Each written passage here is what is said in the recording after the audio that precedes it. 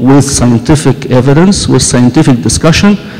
No, there are some things that you claim that there's a little bit, not a little bit, lots of maybe and perhaps and probably, and the talks we'll discuss today more and more on these borders. Yesterday, we focused on the information enigma. Where does information come from? Because we see it ample in the biological systems.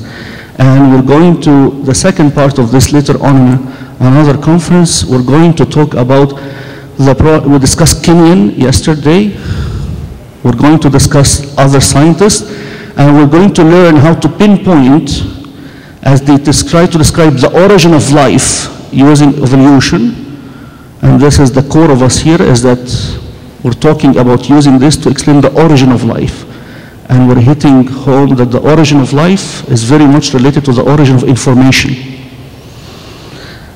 Therefore, we're going to be trained with these scientists when they claim we have to pinpoint where there is a stretch of faith, evolution faith, lots of perhaps, and they rely on something you get tricked very easily in. Science will prove it. It is possible. So please, please, please pay attention in your lectures. There is a lot of possible. That is why I wanted to answer yesterday very, very strongly. No, there is a science that measures probable, that's called the information theory science, by which everything reliable works, namely the cell phones you have through the communication. So we're here not saying arm waving and just giving, and that's why it might have been heavy yesterday, just in order to say that it would be at the level that somebody who's familiar with the field feel that there is some rigor there, there's some strength in the information, so that it's not just a lecture in a church that's just general about it. And you notice we did not invoke God or the creation on purpose because we wanted to make it scientific. However, this is a conference done in the church, so definitely, believe me, I would love much more that we talk about the Bible and the salvation, and this is more uplifting, but the language of the world has science in it, and St. Paul in 1 Corinthians 14 has asked us that speaking in tongues is a gift of the Holy Spirit, but edification is prophesying is more edifying. So the speaking in tongues, as we said today, is speaking everybody in his field, the language of that field, because this is how the church will grow. We have to master both the relationship with God and the language that the world speaks and attacks. We're doing this because we're attacked. And we're doing this in humbly. Evolution is a great science. It's proof of intelligence, proof of adaptation. However, we have some reservation about how far-reaching you're being exposed to in your school, and we're here. That's why CopticApologetics.org, under Acts, is trying to make it as a blog to get all of your feedback, publish papers, make discussions, challenge. We are not going to be in a closed room. You are not in a closed room.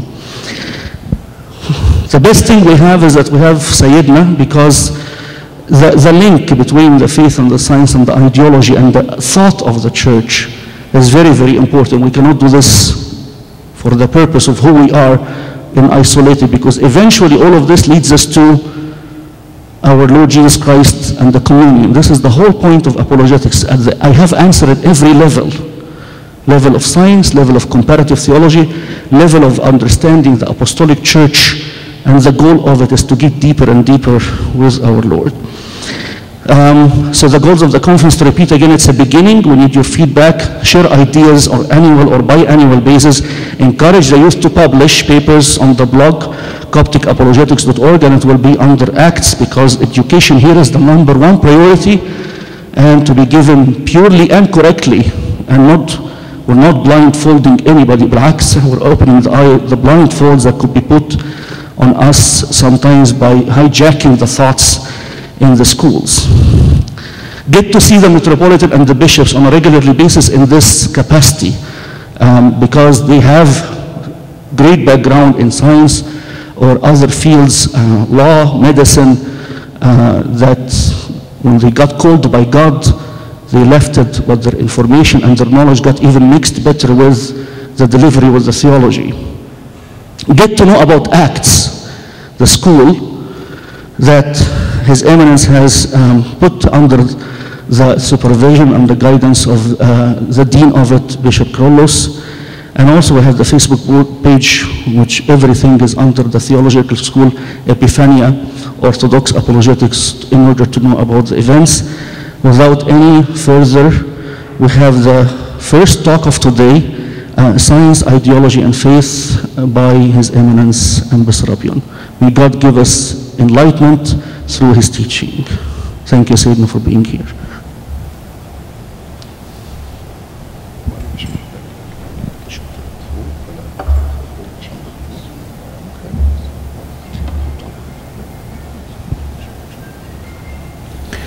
In the name of the Father, and the Son, and the Holy Spirit, one God, Amen.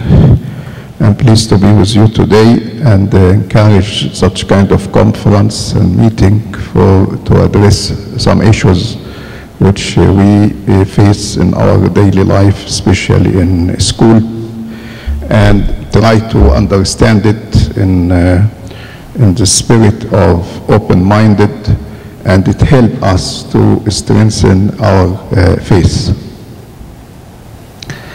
We thank Abuna Gregory and all the priests attending, and for the church here to hosting this meeting, and Logos for coming here for let more people to benefit from this conference.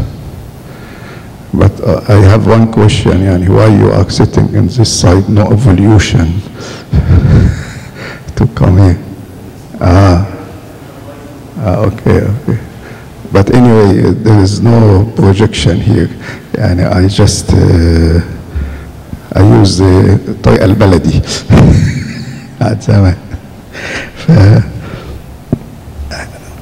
If you want to come here, that is fine. Yeah, you do not see anything there. Yeah.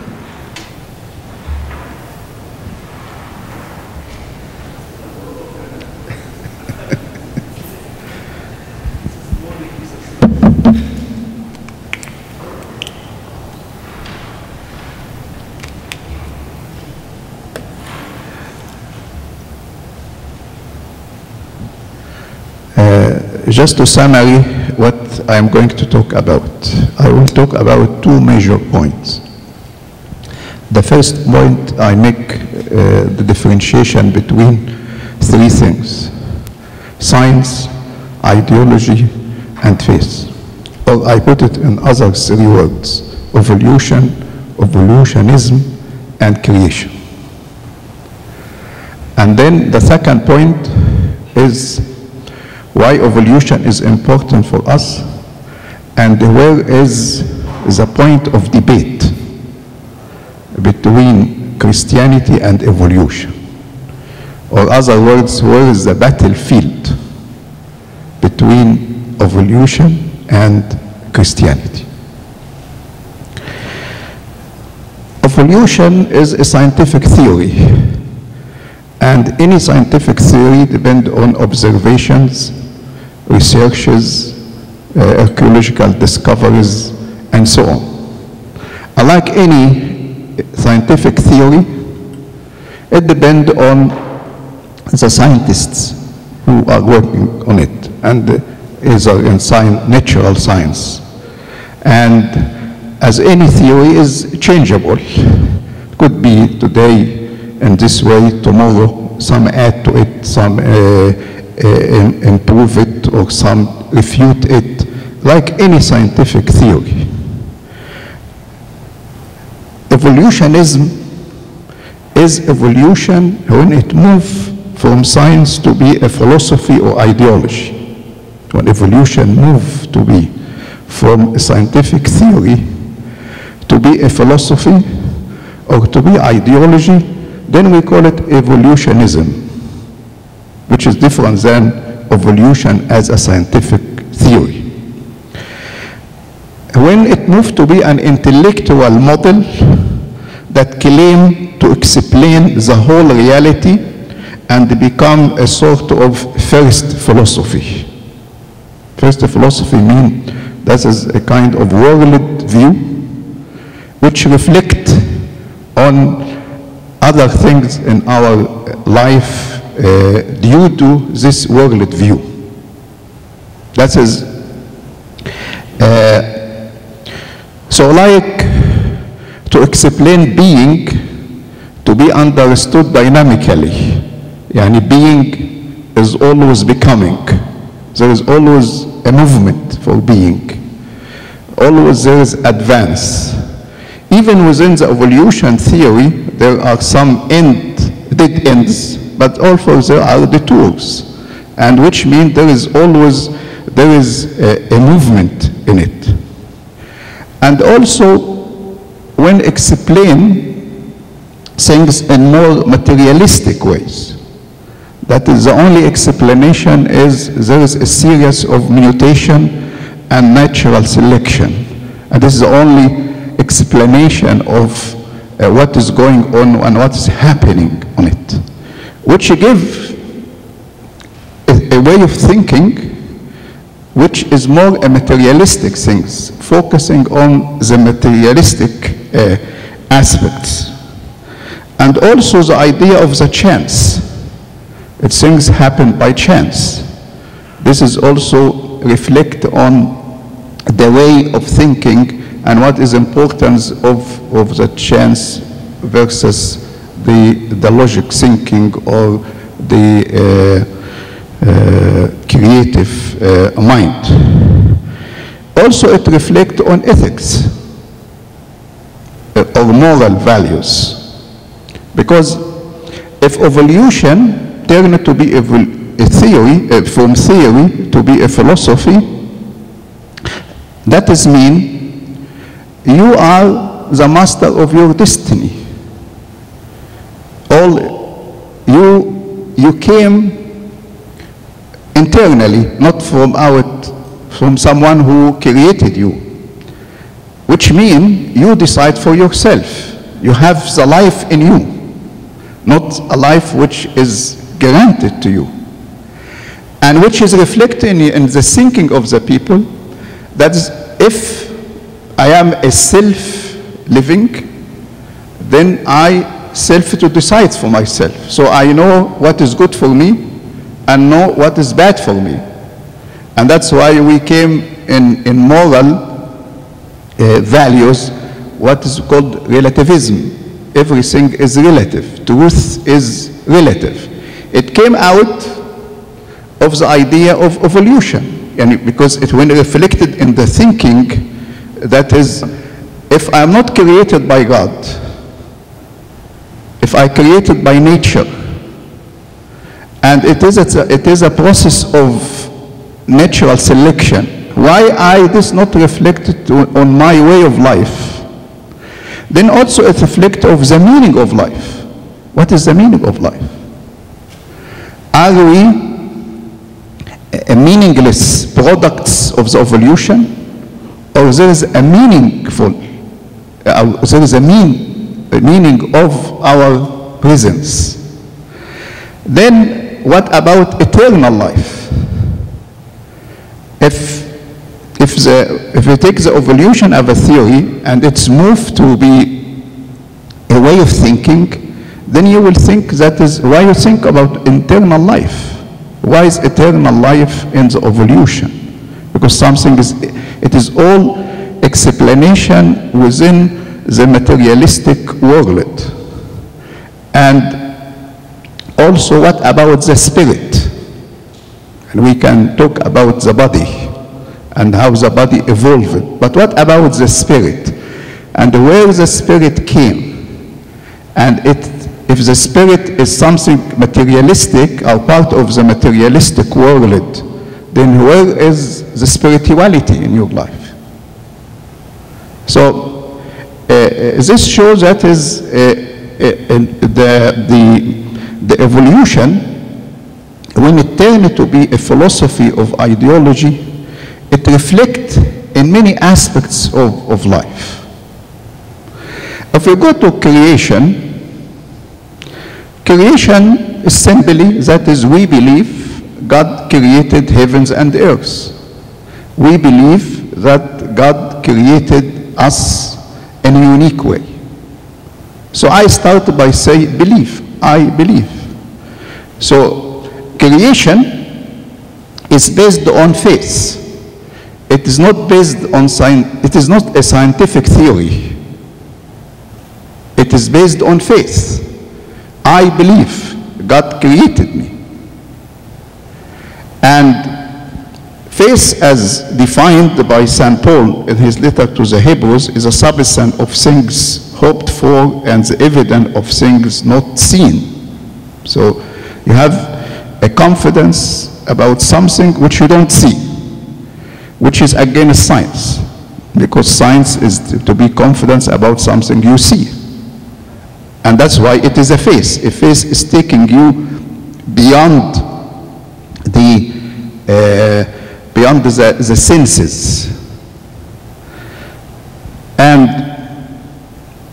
faith is explained by theology. Yani theology is a way which I explain the faith. And theology is to speak about God and God's relationship with the creature and with us. That is theology. And this is the focus of theology. So we cannot control or ask science to be controlled or to be taken from theology. Because the area of science is different than the area of theology. And this is one of the important points in the debate with evolution. We don't debate the evolution as a science out of theology. Because the sphere of theology is different than the sphere of science. When we take the Bible is not a book of science.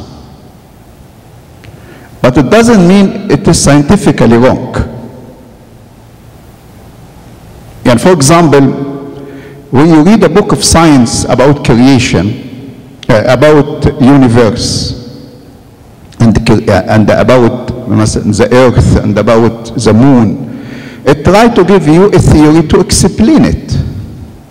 But the Bible, when the Bible spoke about creation, the purpose was not to give a scientific explanation of creation, but it mentioned because it is related to our salvation.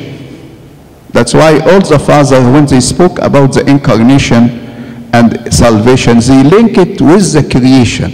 And how we were created, this would lead us how to be saved. So that is theology. That is theology. And the Bible's focus on the story of love of God toward us. And that's why he used a language which could not be a scientific language. It's not scientific language because, مثلا, in math, 1 + 1 = 2. Yani there is no debate about it. Yeah, no one will come and say 1 + 1 is 3. But in theology, 3 could be 1 when we explain the Holy Trinity.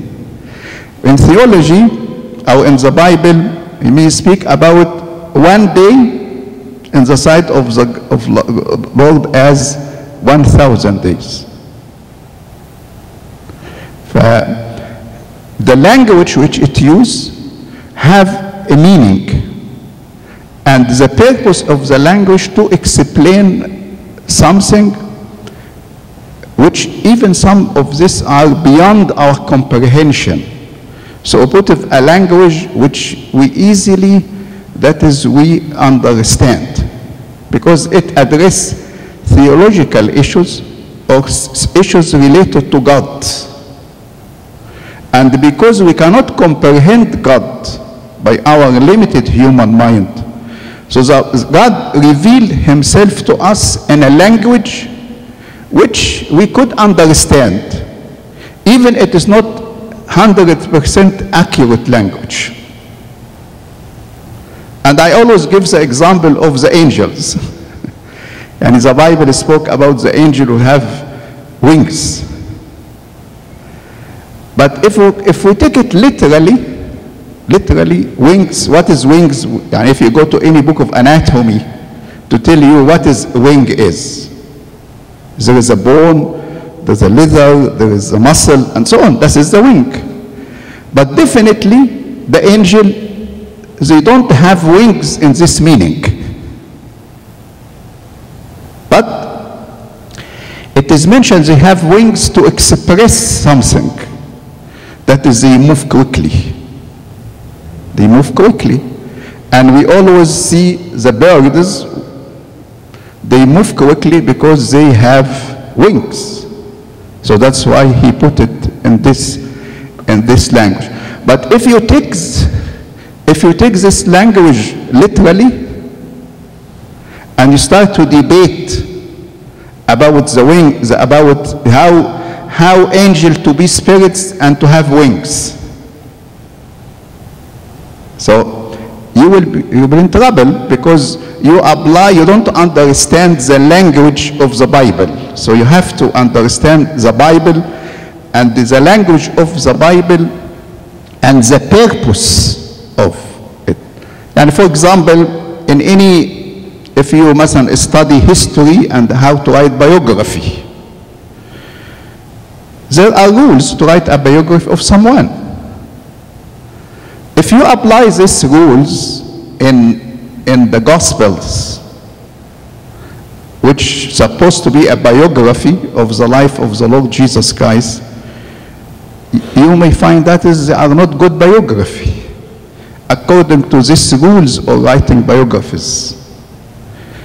But the purpose of the gospel is not to write a biography of the Lord Jesus Christ in this sense, but it is to write about the redemptive action of Christ. That's why, for example, St. Mark in his gospel, he focused in the last week with more details than the rest of the life of Christ. We have very few information about the first 30 years of the life of the Lord Jesus Christ. So this is, if you write a biography, you have to have everything like that. The same also of history. It doesn't mean it gives wrong historical facts. Of course not, because the Bible is right historically, but it is not a book of history. It is right biography. It is right science, but it is not a book of science. It is not a book of history. It is not a book of, it is a book of theology to speak about our salvation. Then what is the relationship between faith and reason? And this is important because it will lead us how we understand creation. Yes, we say that is belief on faith is beyond our senses. But also it is not against our logic, our human logic. Because when God created us, He created us as irrational creatures with a mind. And if it is required from us is not to use our mind, then why God created the mind on us? And that's why using your mind to understand is a requirement, is a duty. It is a duty, not an option. But you have to realize the limitation of your human mind. From God created Adam and Eve. God told Adam and Eve, be fruitful, multiply, fill the earth, and subdue it, and have dominion over the fish of the sea, over the birds of the heaven, and over every living things that move on the earth. He gives them to have a dominion, but he did not tell them how. How to have a dominion over these creatures, how to control the bird on the sea, on the air, or the fish on the sea. That is left to the human mind. And that's why by the human mind, we created or we invented many things to help us to control things, to control animals, to control birds, and so on. And I don't want to go in details on that. The same also the Lord told Adam when Eve in Genesis 2, then the Lord God took the man he formed and put him in the garden to tend and keep it. The garden was on earth, but he did not tell him how to tend and to keep it. It left him to this human mind. But again, the human mind is limited. This is another issue when we speak about faith and reason. But I move to the faith and philosophy. Faith and philosophy. We believe God created Adam and Eve in a unique way, created us. He created heaven and earth. This is a faith, but it reflects on us as a Christians to have a different world view, to have a different, if I say philosophy, to have a different rationale when you look to things. And so God created us, which is that what we believe. But we have to understand what we mean by creation in a reason, in a logic way. Because some people, they think creation in the model of craftsman. A man or craftsman who did everything. That is one model of the creation. But we understand creation as a manner of thought, creative thought. Yani we understand the creation in a manner of a creative thought. Yani to believe, I put it in other words, I will read this sentence and explain it. To believe in creation means to understand in faith the world of being revealed by science. Yani to understand the world of being revealed by science as a meaningful world that comes from a creative mind. This is the concept, the rationale of creation. That is to believe or to see.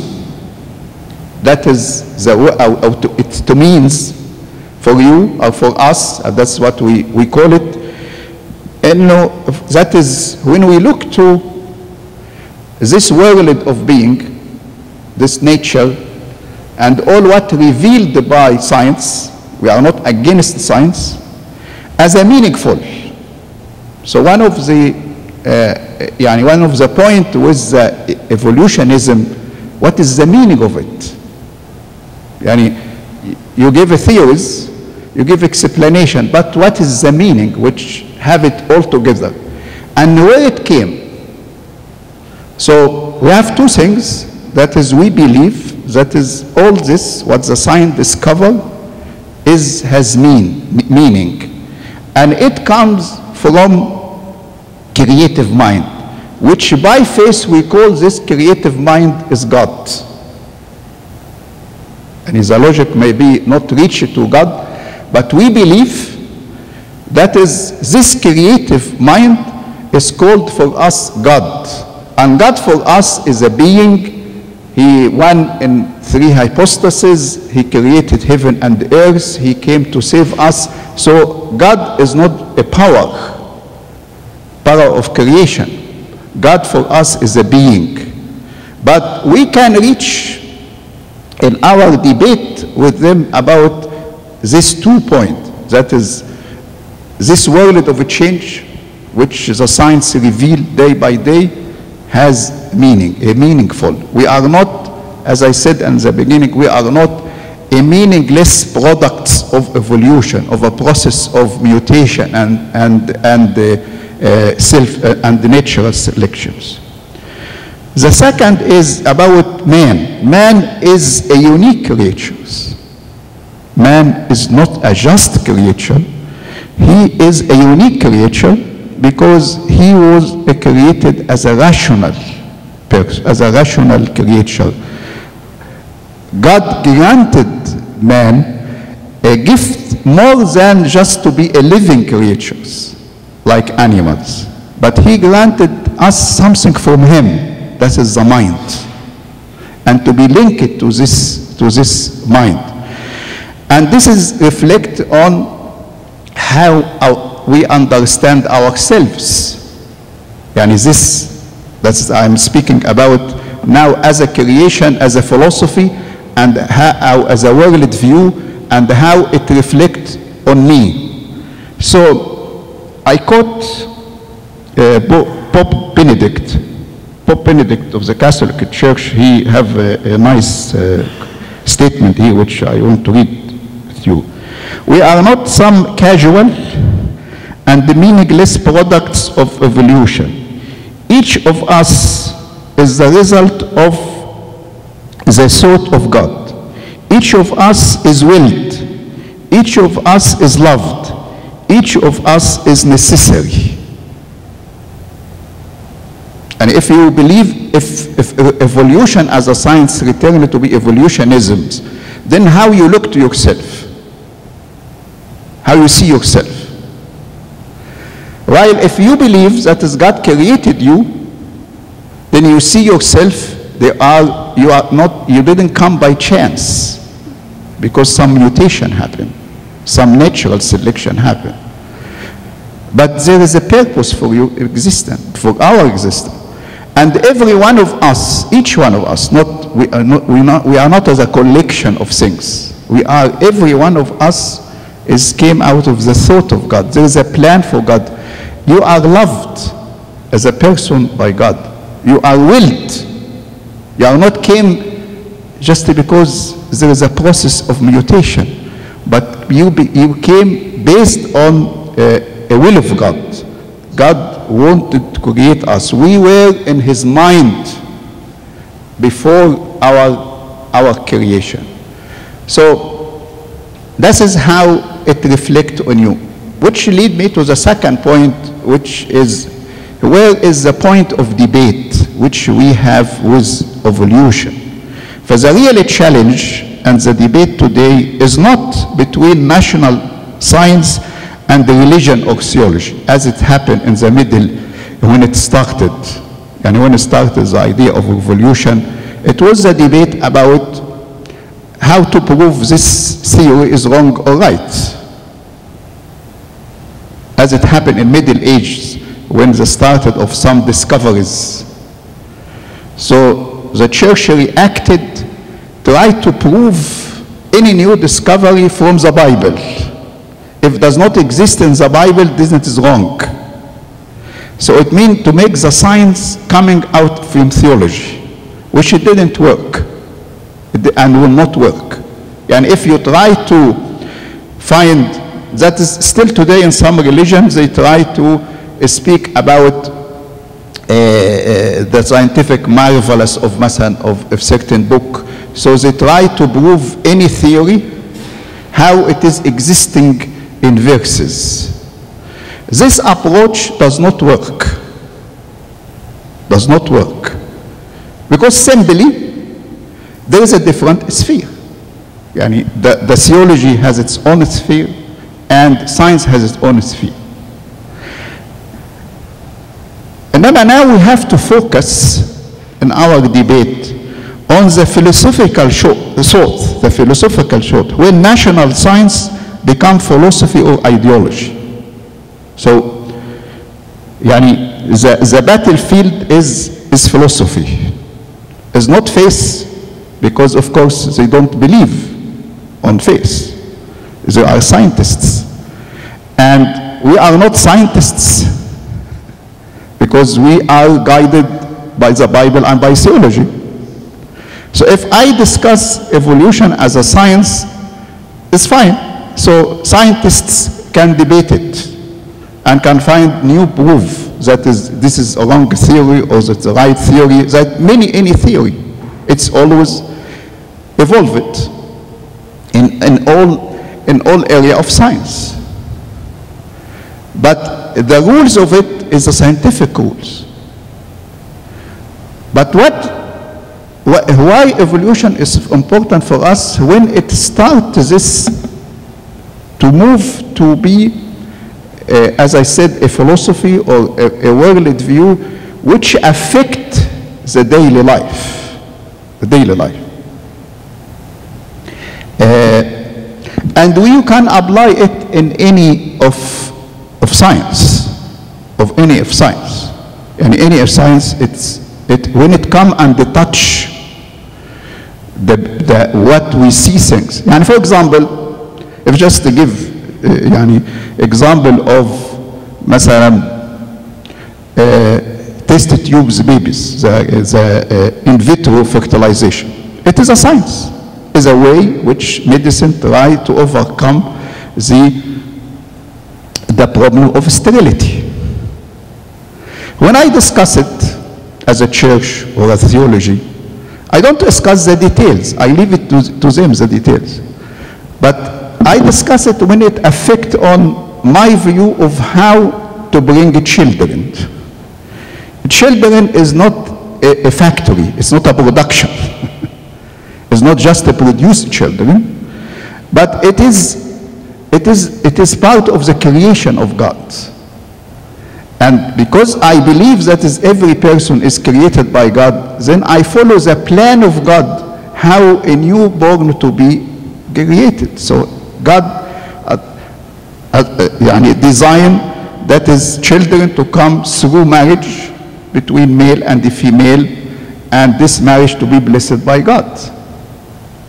So any way to produce children, whether it is scientifically true or not scientifically true, I'm not debating on it. I'm not debating what is the effect of this method of producing children, but I am debating about how, because for us children is not machines. It is different. And that's why we say what is within the plan and what is not within the plan. So the debate here is not on the scientific part of it. I leave it to the scientists to tell me these methods, it lead to what. And then based on what I get from this information, so I decide about it. And for example, when they say, how many zygotes to be fertilized, how many ova to be fertilized? There are different techniques for it. It is not my area is what kind of technique, but my area is, I believe this fertilized ova is a human being. So what will happen for them? If you can succeed to have in vitro fertilization using only one, this is great.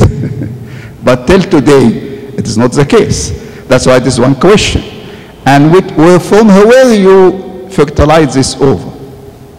That's another question. Because we believe that's from male and the female married. So it's coming from out married. So that's why I discuss this, not on scientific basis, but I need to know the scientific background of it. But I discuss it about when it give a world view, what concept, because this in vitro fertilization given a new concept of having children. It make it more a mechanical things. Even you have a choice now. You wait and you say whether I have a boy or a girl. Now you don't want to wait. You have a choose. You can select. Even it is legally forbidden, legally, but scientifically it could be done. But all this advance in science have to be when it's reflect on when something which reflect on the life. That is, it's have to be within this rule. So therefore, our debate with the evolution, it should be a rational, philosophical debate that aim to add objectivity of rational knowledge, and not just a protest of faith against reason or against science. Yani if we take it just we are protesting or interfere in the science, then we will lose the battle. We will lose the battle. And I will conclude with a story, which is maybe most of you know it, about Isaac Newton. Newton, he was one day in the farm of his parents, while he is behind an apple tree, then an apple fall. Then he looked to the moon and asked this question: if the apple falls to the earth, why does not the moon? Something logical, so start think of it. And then, of course, he think of it and find this is the gravity and the movement, because the moon is moving in uniformly way, that is why it's not falling.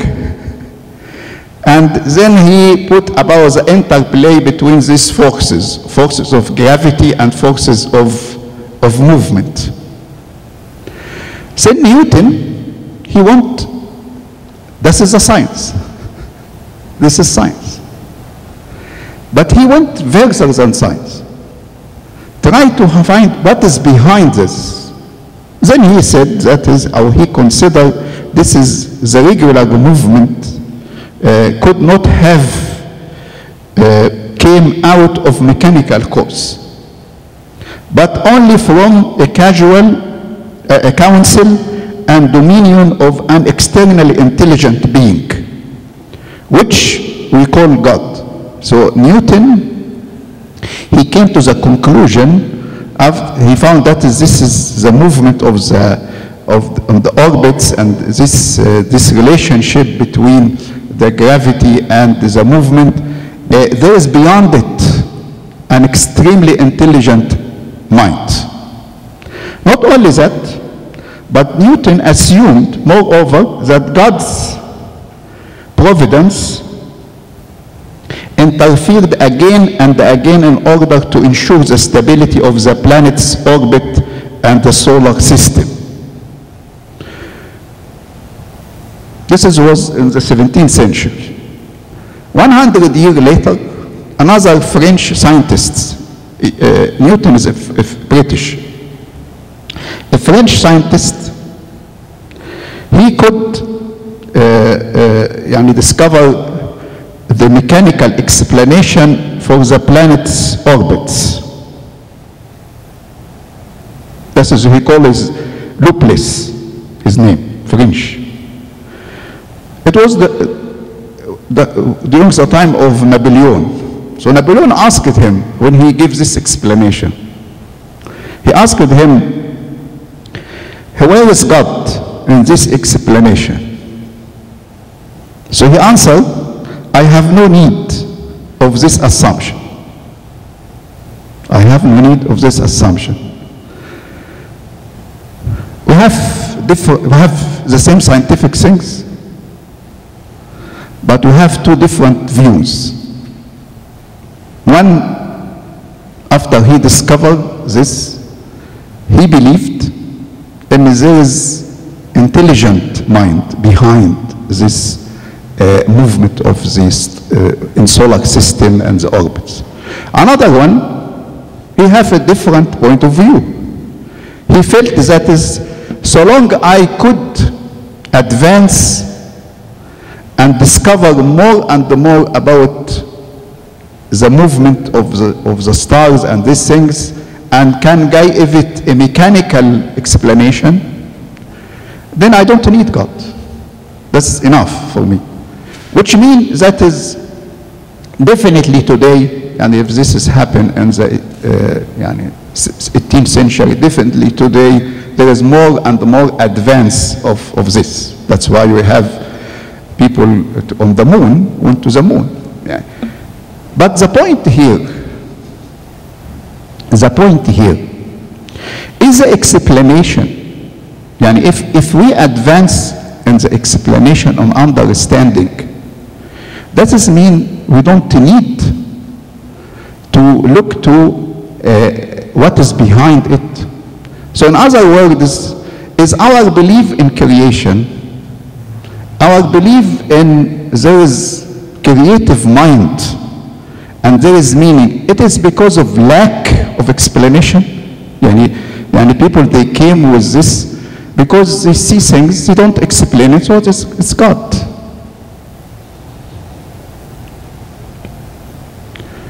The answer, if I take this another example and I leave you to think of it. Let us, you are instead of Newton, and you are in the backyard of your house. Hopefully you have an apple tree or guava tree, whatever tree. And then one of the fruit fall. And they look not to the moon, but to a plane. A plane. And then you ask the same questions. Why this apple falls and this plane does not? Of course, you can easily get the answer. Yani if you go to study aviations, and of course a lot of the engineering now can exactly tell you why this plane does not fall. I don't know, but maybe a scientist on this area know. We definitely know. But the question is, do you believe that is this plane, which if you say مثلا Airbus 380 or this plane was so big and just hundreds of people on it does not fall by chance? It's by chance? Is there a mind behind it? Yani it happened, just somebody, he مثلا pushed this big piece and that is moving. Well, في a lot of engineers and mind, they are working very hard until they achieved, they can have like a ship, like a city. And if you be in this Airbus 380 of 2 floors, 2 levels, at least you are in a city. Of course, if you are in the first class, yeah. This is mean. It is not, the point is whether I know the explanation or not. I know the explanation. But the question is this happen by chance? Or there is a mind behind it? If you are interested in history of aviation, and you go to any museum of aviation and see how the plane started and how we reach it today, there's evolution, right? There's evolution. And definitely the plane which is existing, بلاش البلين, الايفون. يعني بنقول iPhone 6, 7, 8. يعني this is evolution. But do you believe that is this evolution happening, there is a creative mind behind it or not? Can anyone believe that is just as the iPhone evolved by chance, by mutation, by natural selection? The second question, is there a meaning behind it? Yani, why they move مثلا from the plane of the 20s or the 30s, whatever, yani, till we reach now? Why they have this big plane? Is there a purpose of it, or just randomly happen? The same also, why the evolution of the مثلا iPhone? It's try to make it easier, to have more capacity, to help you in your life. So these people who created this They were creative people, and they have a purpose in their mind. If this is to apply, if something small like this, any iPhone, plane, cars, building, why not to be applied on the universe? If any logic on that? Why if these small things, which is not comparison, if you study the man, your body, if you study your body and how your organs are working, you'll be amazed. You'll be amazed. And the human mind, the creative human mind, we are to evolve things to help the people to, find that is, somebody has a kidney failure. It before, just, this is the end, to die. Now, they invented something called dialysis. They tried to understand what is the kidney is working and make something similar to it. Of course, it's not similar. But go and ask about the machine of dialysis. Is it happen by chance? Or there is a creative mind behind? How many people participate to produce this? And now they evolve it. Now you can take the machine home. You don't need to go there. So, because there is a purpose behind it, is to help you to live more or to avoid this kidney failure.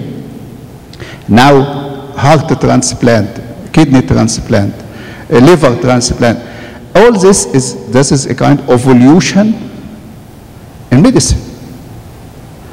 And nobody can think this has happened, just happened. It has happened. There is a creative mind and there is a purpose of it. So when you look to evolution, and when we debate about with the evolution, we debate them as a rational and in objective way. And our point of is two things. That things happen coming from a creative mind, which we call by faith is God. That's creative mind is God. And for God, we know who is God. Because God revealed himself to us. And we God by faith. But the point of contact with evolution is this point. We meet them at the philosophical playground or battleground, where if they accept that, or they can argue on that, to prove there is no meaning, we say there is a meaning, it's not, we are not meaningless product, and there is a creative mind behind this. They call it intellectual design, whatever they call it, but we call he is God, because we believe that is God created heavens and earth, and God created us in a unique way in his image, and the glory to be God now and forever. Amen.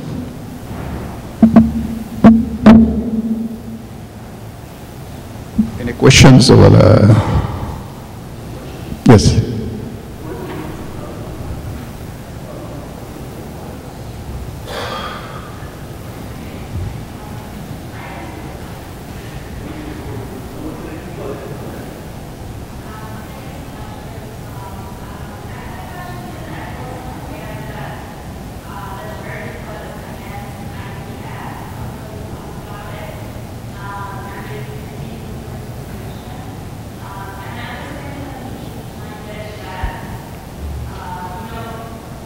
Here it right. Is that my question? I will tell. What is the question?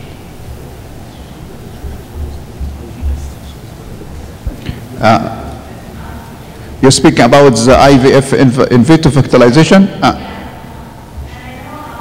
We are not against it.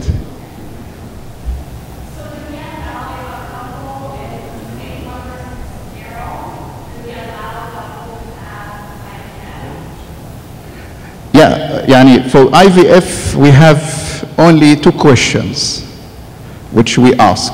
on the IVF. Number one, what is the source of the ovum and the sperm? First question. Because the right question is from husband and wife. Second question, how many ova to be fertilized? If they say one, that's fine, but usually more. Because of course, maybe not succeed. So what will happen with the other one? Yani after one succeeded and now the mother became pregnant, then what will happen with the others? That's the question. Because we consider this is human beings. They will not consider this. So we don't agree to be destroyed. We don't agree. And we apply on them what we apply in any human being. That is the two major questions which we ask about it, without interfering on how it is be done, because of course there is a lot of details of this, and I think that is, yani, there is improvement, yani they improve it. They keep, and now they have to keep the fertilized ovum, they keep it for them, but you have to pay for that, like a bank for it. And they maybe use it again for another, another pregnancy and so on. So that is the main two things regarding the in vitro fertilization.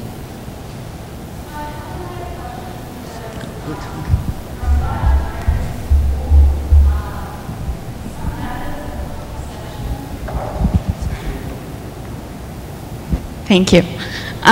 Just because of what I've learned in school, some methods of contraception, and from my understanding is that the church obviously allows contraception, at least our Coptic church, that some methods of contraception, the way they work is they prevent a fertilized ova to be implanted in the uterus. And in that sense, looking at that mechanism, it would kind of also go with the fact that, you know, an ova and a sperm that are fertilized already are not implanted, and in that sense they're being wasted. So I'm not sure, I understand the concept behind the egg and the sperm and what happens with the remaining ones, but if we're really talking about the details of kind of what happens, from my understanding, contraception kind of works in the same way, but I don't know if... There is some, yes. Yani, of course, the contraceptives, there are many kinds of it, but that's why we are not against the idea of contraception, but we always ask what is the methodology, what it will happen to, so the example you mentioned. But I have to also differentiate between the inability to fertilize it over and to be implanted, which should happen naturally, because not every fertilized ovum be implanted. Some succeed, some may not succeed. But there's difference between the loss and we intentionally prevent it. Because like this, we die. But there's a difference between I intentionally kill someone and between the people die for other reasons which are out of our control. So could be a mechanism of contraceptive to be differently, but one of the side effects could this to happen. This is different between intentionally target to this, or between this could be one of the side effects. فهنا and we leave these details for the doctors. Yani we ask, yani we tell the lady coming to ask us, ask your doctor, and what is the answer? It come to you. The same also in this, مثلا, what is the brain test? We don't interfere now because there are criteria, now there is no criteria لو حال في terminal مثلا life. But we ask this, is the doctor announce that this patient is his brain is completely dead, so can plug the machines. So who decide? Not me. Yeah, and I don't. يعني I don't go and discuss with the doctor about the criteria which he used to define it. But if he said no, it is not completely dead, he's partially dead, this is different things. So this is, and there are many issues. So there is the science sphere which have its own criteria, and we respect those who are working on that. But also we have our own sphere which is related to the meaning of life, the end of life, the beginning of life. Because why this is important for us? Because it is a part of how we understand ourselves. We understand ourselves, we are created by God. And life is given to me, is not, so it is a gift for me. I have no right to end my life, or I have no right to end the life of any person. Because this person is the dignity of the person as a creation by God. And that's why مثلا we allow مثلا to kill animals, مثلا cows, and this is to eat. Why you don't kill مثلا human being to eat? Why not? Because this is some animals, they are created by God. But we are created in a unique way. There is a difference between that. That's why God permit man to. Thank you. Thank you very much.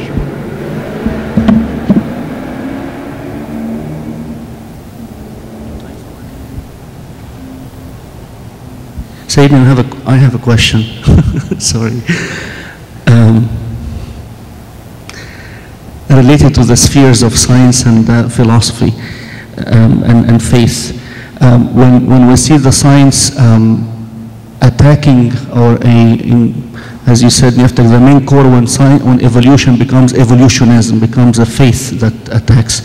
So, but we see also in the scientific methods that are done wrong conclusions. Are we as a church are able to discuss these scientific methods, although we are an entity of faith? That we can observe as scientists as well the conclusion or the far reach, or how it changes from being evolution into evolutionism. We can observe it, but we can't answer by faith only. So are we allowed to enter that sphere because we can see wrongdoings in their sphere?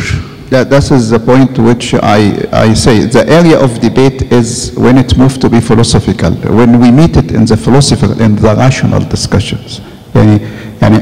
For me, evolution, whatever the details of evolution, which is right or wrong, the main point for me is who created heaven and earth. It is a chance or God. Of course, I will not discuss with them God because they don't believe in God. But I take them to the philosophical area. So we put a rationale behind it. You say that, okay, this is what's happening. But can you make a sense of that? Can you make sense of that? And so this is my argument with them. That's why I said, I said the plane. Can you make a sense of a plane like this to be by chance? So I know exactly why, but I know by sure, and there is a creative mind behind it. So this is the area which so if something in the science which affect say the world view, the philosophy, the concept, then I discuss I discuss in some detail about in vitro fertilization. Why? Because of this. And only discuss the area which affect my understanding of the beginning of life. Because the beginning of life is important for me. At the end of life is important for me. And if he advance في medicine, it leads to a situation when the person, they are not saving his life, but prolonging the process of his death. And there is this is a must. It will happen. So we are not to prolong the process of this. And there is a difference between I do things to save life, and I do things just to prolong the process of this. Instead of die in 1 day, die in 2 days. So it doesn't make any sense of that. So when that's why when a man who is dead, brain dead, but just there is respiration because of artificial respiration, I see this is a prolongation of this. Because this person already did. But this is the area which we focus. That's why we don't lose, we don't waste our efforts in just touching here and there and there. But of course, people who are scientists, they are Christians and they are scientists, and they can discuss in science, based on science, this theory is right, this theory is wrong. Okay, there are scientists believe that is dinosaur and dragon, they lived with man. And I saw a movie when they prove, and the dinosaur and the dragon, they are a real creature, and they lived in a time when man exists. And they prove it. They went to different places in the world, and there is a picture of the dragon. They prove that the dinosaur is the dragon. Because they went in different places in the world and gave what is the drawing. And they said how all these people agree in a drawing of a certain creature at the same things without seeing it. How مثلا the people in Africa and in Asia and they imagine the dinosaur and they have a drawing of it, or the dragon, just imagination. If you take مثلا 5 artists and they imagine something, they will not come to the same imagination except if they something common, which the 10 of them, all of them they saw. It is right or wrong, I don't know. but it doesn't care. I don't care whether dinosaur existing while the man existing, or the dinosaur came and then disappeared before man appeared. It doesn't have any importance for me. But could be in the science of evolution, it is important things, and it's proof that is what they believe in. Some creature came and disappeared, and another mutated to another without living together is a wrong theory. It could be. Thank you, Sayyid. The questions, Carlos has a question. Thank you, Eminence. I wanted to just ask if you could elaborate on some common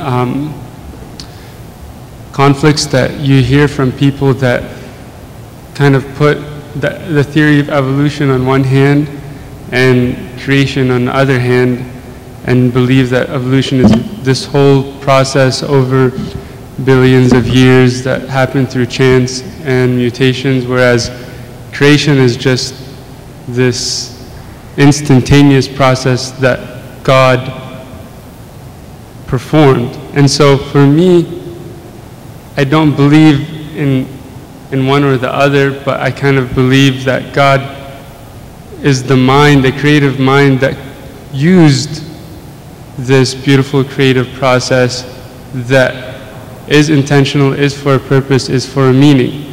I know the church hasn't really put together a statement, or hasn't really, made a clear stance in we believe this, but other than just saying we believe God created all things. And so is it okay for us to believe in God creating all things and man through whatever means that I'm inclined to believe scientifically and whatever evidence is there, so long as I affirm that it is God who's guiding this, as opposed to just saying God picked up the dust and instantaneously man is created in a moment? Yeah. So there are two aspects in your questions. Number one, as I said, we don't understand creation in the form of craftsman. يعني بمعنى ايه؟ واحد a carpenter, then he make all these things. One person make all the things in a certain time. We don't believe creation in this way. And we don't have a problem of things evolved, and maybe it's not happen all of them at the same time.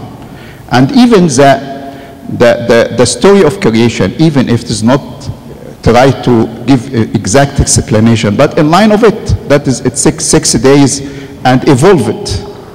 Yani the first day something happened, second day, third day. So it is not that God created everything at one moment.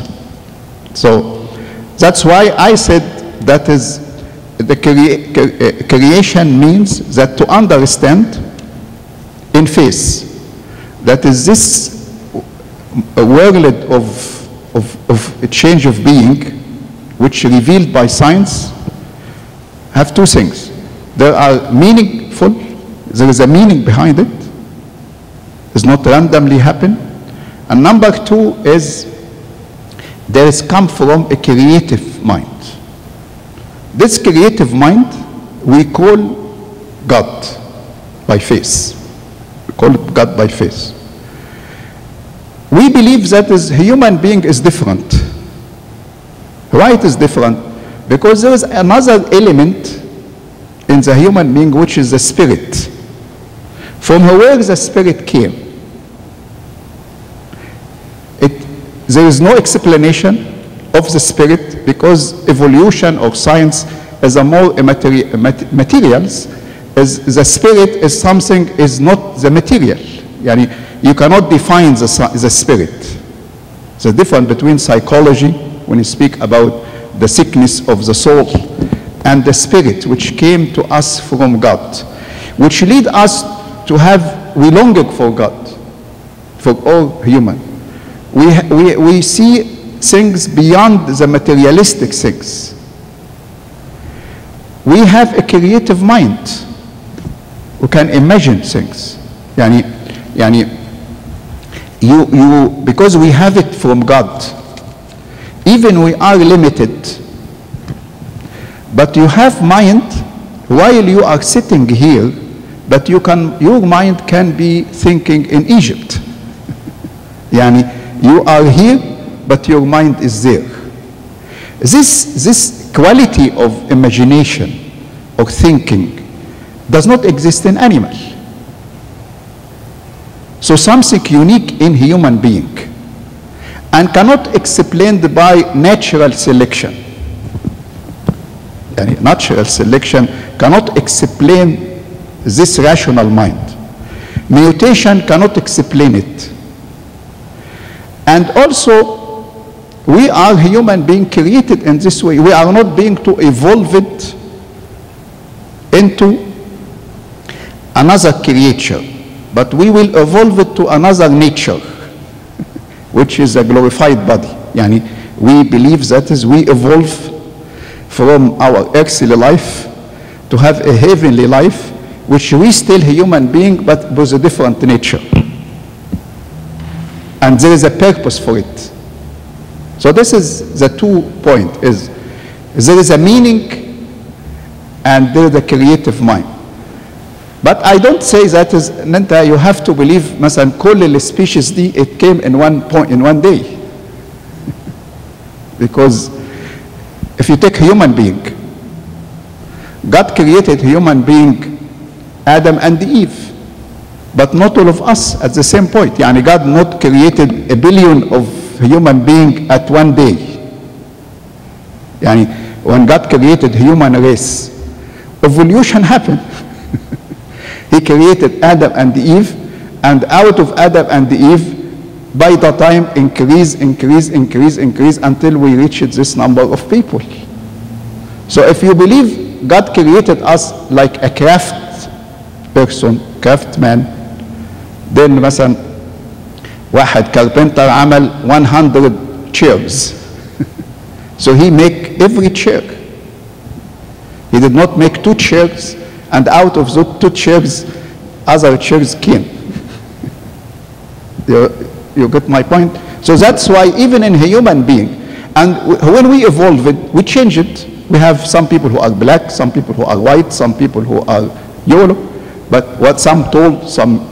But when God created Adam and Eve, Adam could be tall or short. And it's the same for Eve. We don't know whether they're white or black or whatever, what color they had. But out of them came this. And I understand the story of Noah in the theory of evolution.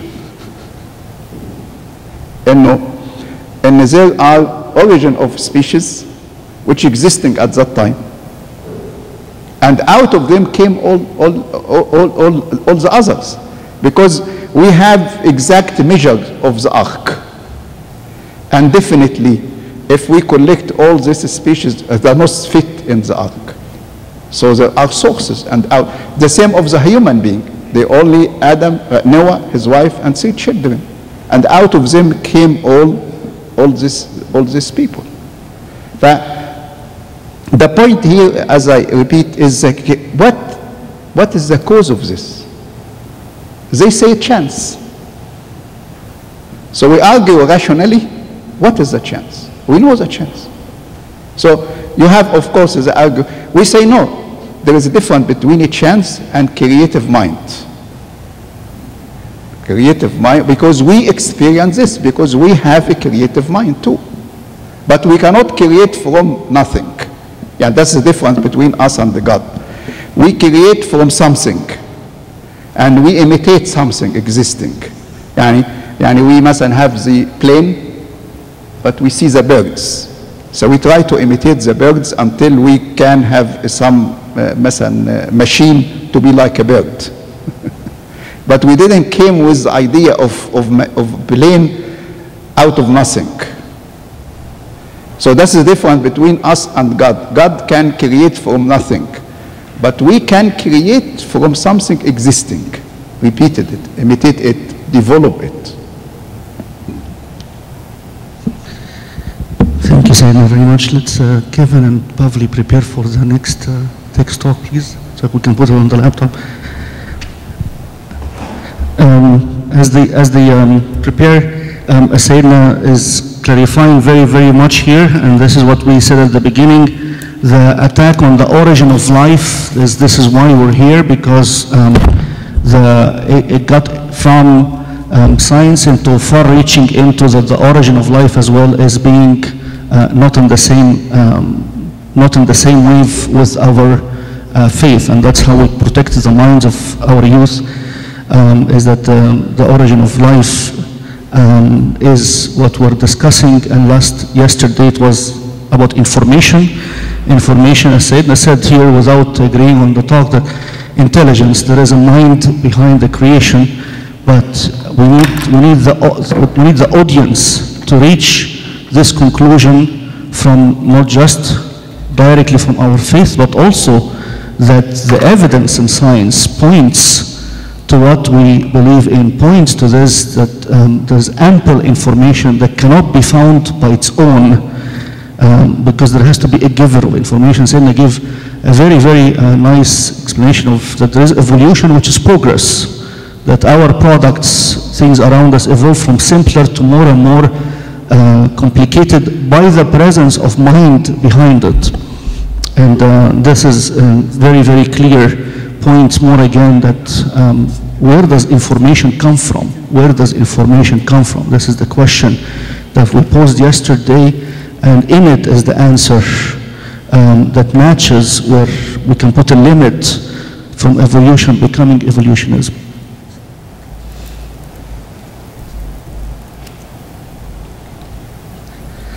Thank you, Sayyidina, for your presence. We're going to have a talk about chance.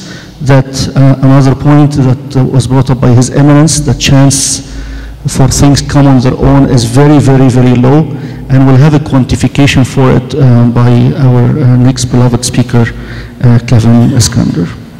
After this, we're going to have lunch, and after the lunch, we're going to continue with what Kyrillos has brought up as a question. Actually, Kyrillos, there is an answer in the next two talks after Kevin, that creation is not one day or one instance. It's a process, and the church fathers explain this process very, very well when they look at Genesis 1. And this is the beauty of Orthodoxy, is that we don't have 6 days, 24 hours.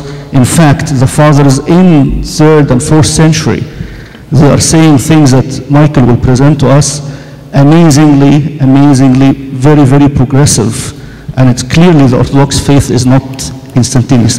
God used the evolution for the creation. But we cannot start the conference by saying this, because it will give the theme, okay, this is like a religious conference. No, we have to present it also from the way science looks at it. Like, okay, so whenever Kevin is ready, may God bless the words he will tell us, and we're trying to get it from different angles, and also get your feedback and ideas so that what we can do better in next meetings.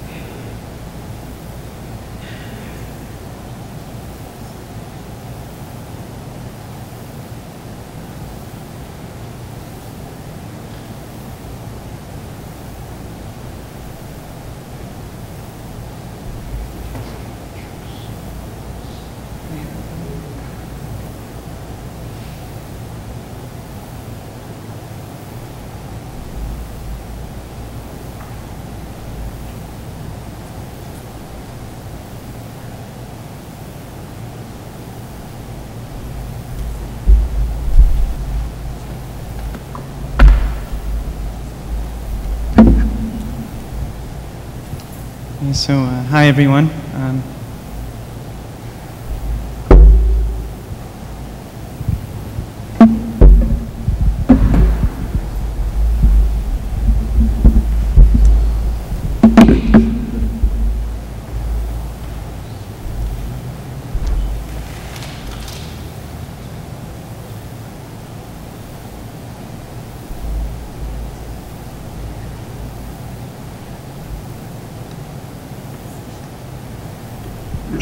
Hi everyone. So the topic that I'll be discussing is the improbability of chance. The theory of life's origin from molecules to complex beings can be accounted for by natural random events, and thus a designer is unnecessary. This is the basis of the chemical evolution that evolutionists are holding on to. That basically chemical subunits assembled information rich in polymers at a completely undirected process. That means all information had come into the cell, and that these chemical subunits had interacted with one another at a completely undirected, unforced manner, and it created these life beings and these assemblies of life from the very beginning. And I was just thinking about it when I came up here, that this is something like, a person being thrown in a pool and then kicking in every direction and then somehow still expecting to move forward. And that's kind of how, what's being kind of propagated about the origins of life. I mean, if we consider afterlife, there are influences that they can explain, such as natural selection and the drive to commit replication and pass down genes. But this is something that's not present in the beginning of life when you're just dealing with simple molecular subunits. So this person, Albert Leninger, described it. He said, "We now come to a critical moment of evolution in which the first semblance of life appeared through the chance association of a number of abiotically formed macromolecular components."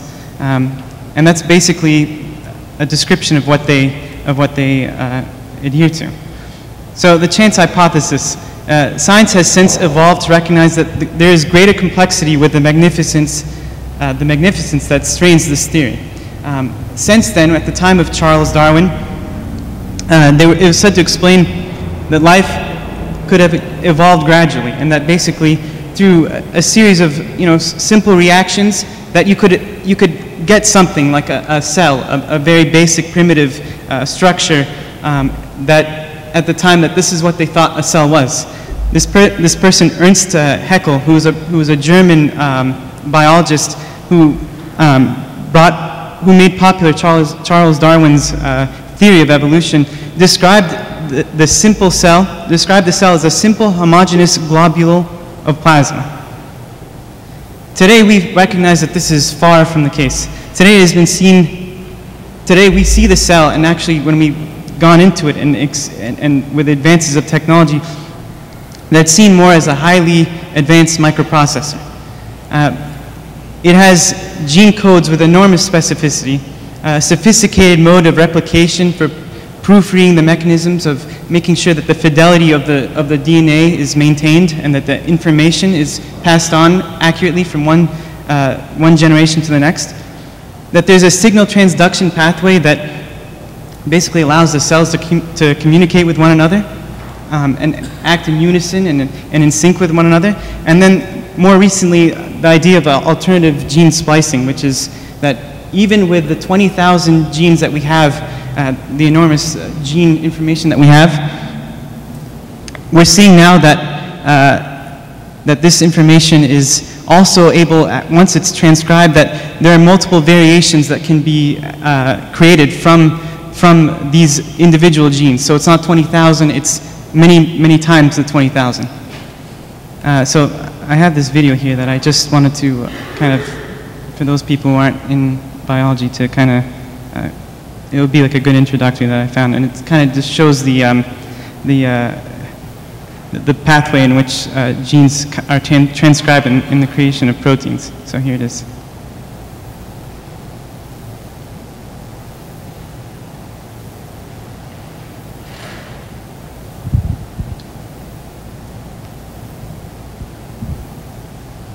Hold on.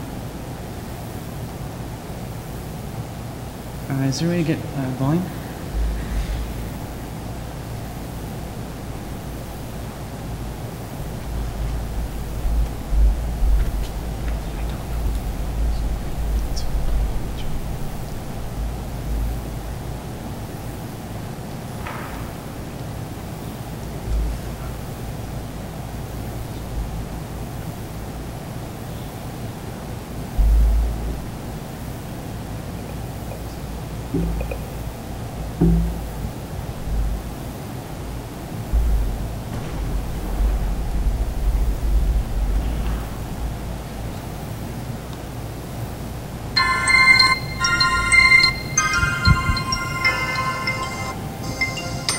In 1957, Francis Crick first proposed that chemicals called bases along the spine of the DNA molecule function as alphabetic characters in a written language or digital characters in a machine code.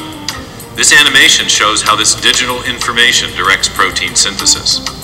First, a large protein complex separates the tightly wound strands of the DNA to prepare it to be copied. During this process of transcription, a protein complex called a polymerase produces a single-stranded copy of the original instructions. Here we see this copy, the messenger RNA molecule, being constructed inside the polymerase as individual bases are positioned and added to the growing strand. Now we see the polymerase in action from the outside as it spits out the messenger RNA transcript. Next, this RNA transcript approaches and passes through a molecular machine called the nuclear pore complex, an information recognition device that controls the flow of information in and out of the cell's nucleus.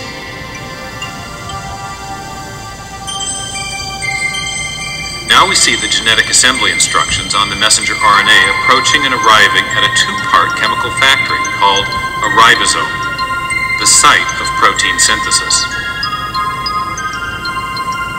As the messenger RNA transcript passes through the ribosome, the process of translation begins. During translation, a mechanical assembly line builds a specifically sequenced chain of amino acids in accord with the instructions on the transcript. These amino acids are transported from other parts of the cell by molecules called transfer RNAs, which link specific sequences of bases to corresponding amino acids. The sequential arrangement of the amino acids determines the type of protein constructed. When the construction of the chain is complete, it is transported to a barrel-shaped machine that helps fold it into the precise shape required to perform its function.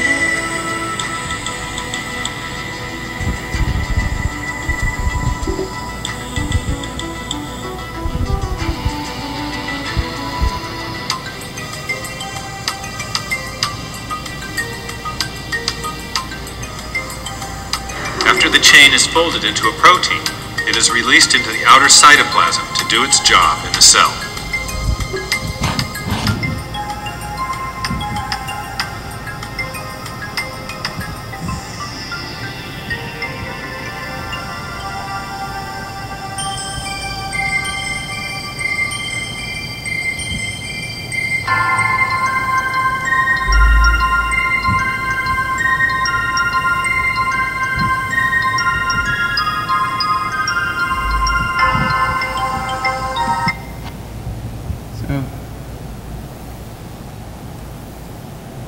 I think we can say it's not just the music, it's also, you can see that it's a very complex and it's an amazing process that we see. So moving on, framing the science, what are we dealing with? The hypothesis of the origin of life is a historical science. So that's different from other forms of science in that much of the evidence has disappeared. If there's nothing to observe, or interpretation cannot proceed beyond speculation. Nor is it possible to test these unique events that happened in the past. And so these things are highly speculative. It's something that we have no grasp of, and we can't ever be certain about these things. But scientists have, in their strong adherence to materialism, they'll still believe that the things that we have at play right now, the machinery that we have at play, is what was affected, is what was causing the effect back then. And this person, George Walt, also a famous scientist, he said, given so much time, the impossible becomes possible, the possible probable, and the probable virtually certain. Meaning that, not to look at the details, we're going to just look at it from that this is how it happened, despite how amazing that these things are. And that's one of the things that I'm going to try and address here. So the historical science is different from non-historical sciences in that it's the science of past causes. It's to determine ancient conditions, to explain the present manifested events by referencing past causal events, and also to do the opposite, to infer the reconstruction of past events, past causes based on present-day clues, such as fossils, earth core samples, etc. And that's what that's something called abductive reasoning. This is the form of science that's much more speculative than the other forms of reasoning. The other forms being the inductive reasoning. Universal laws or principles is established from repeat observations of the same phenomena.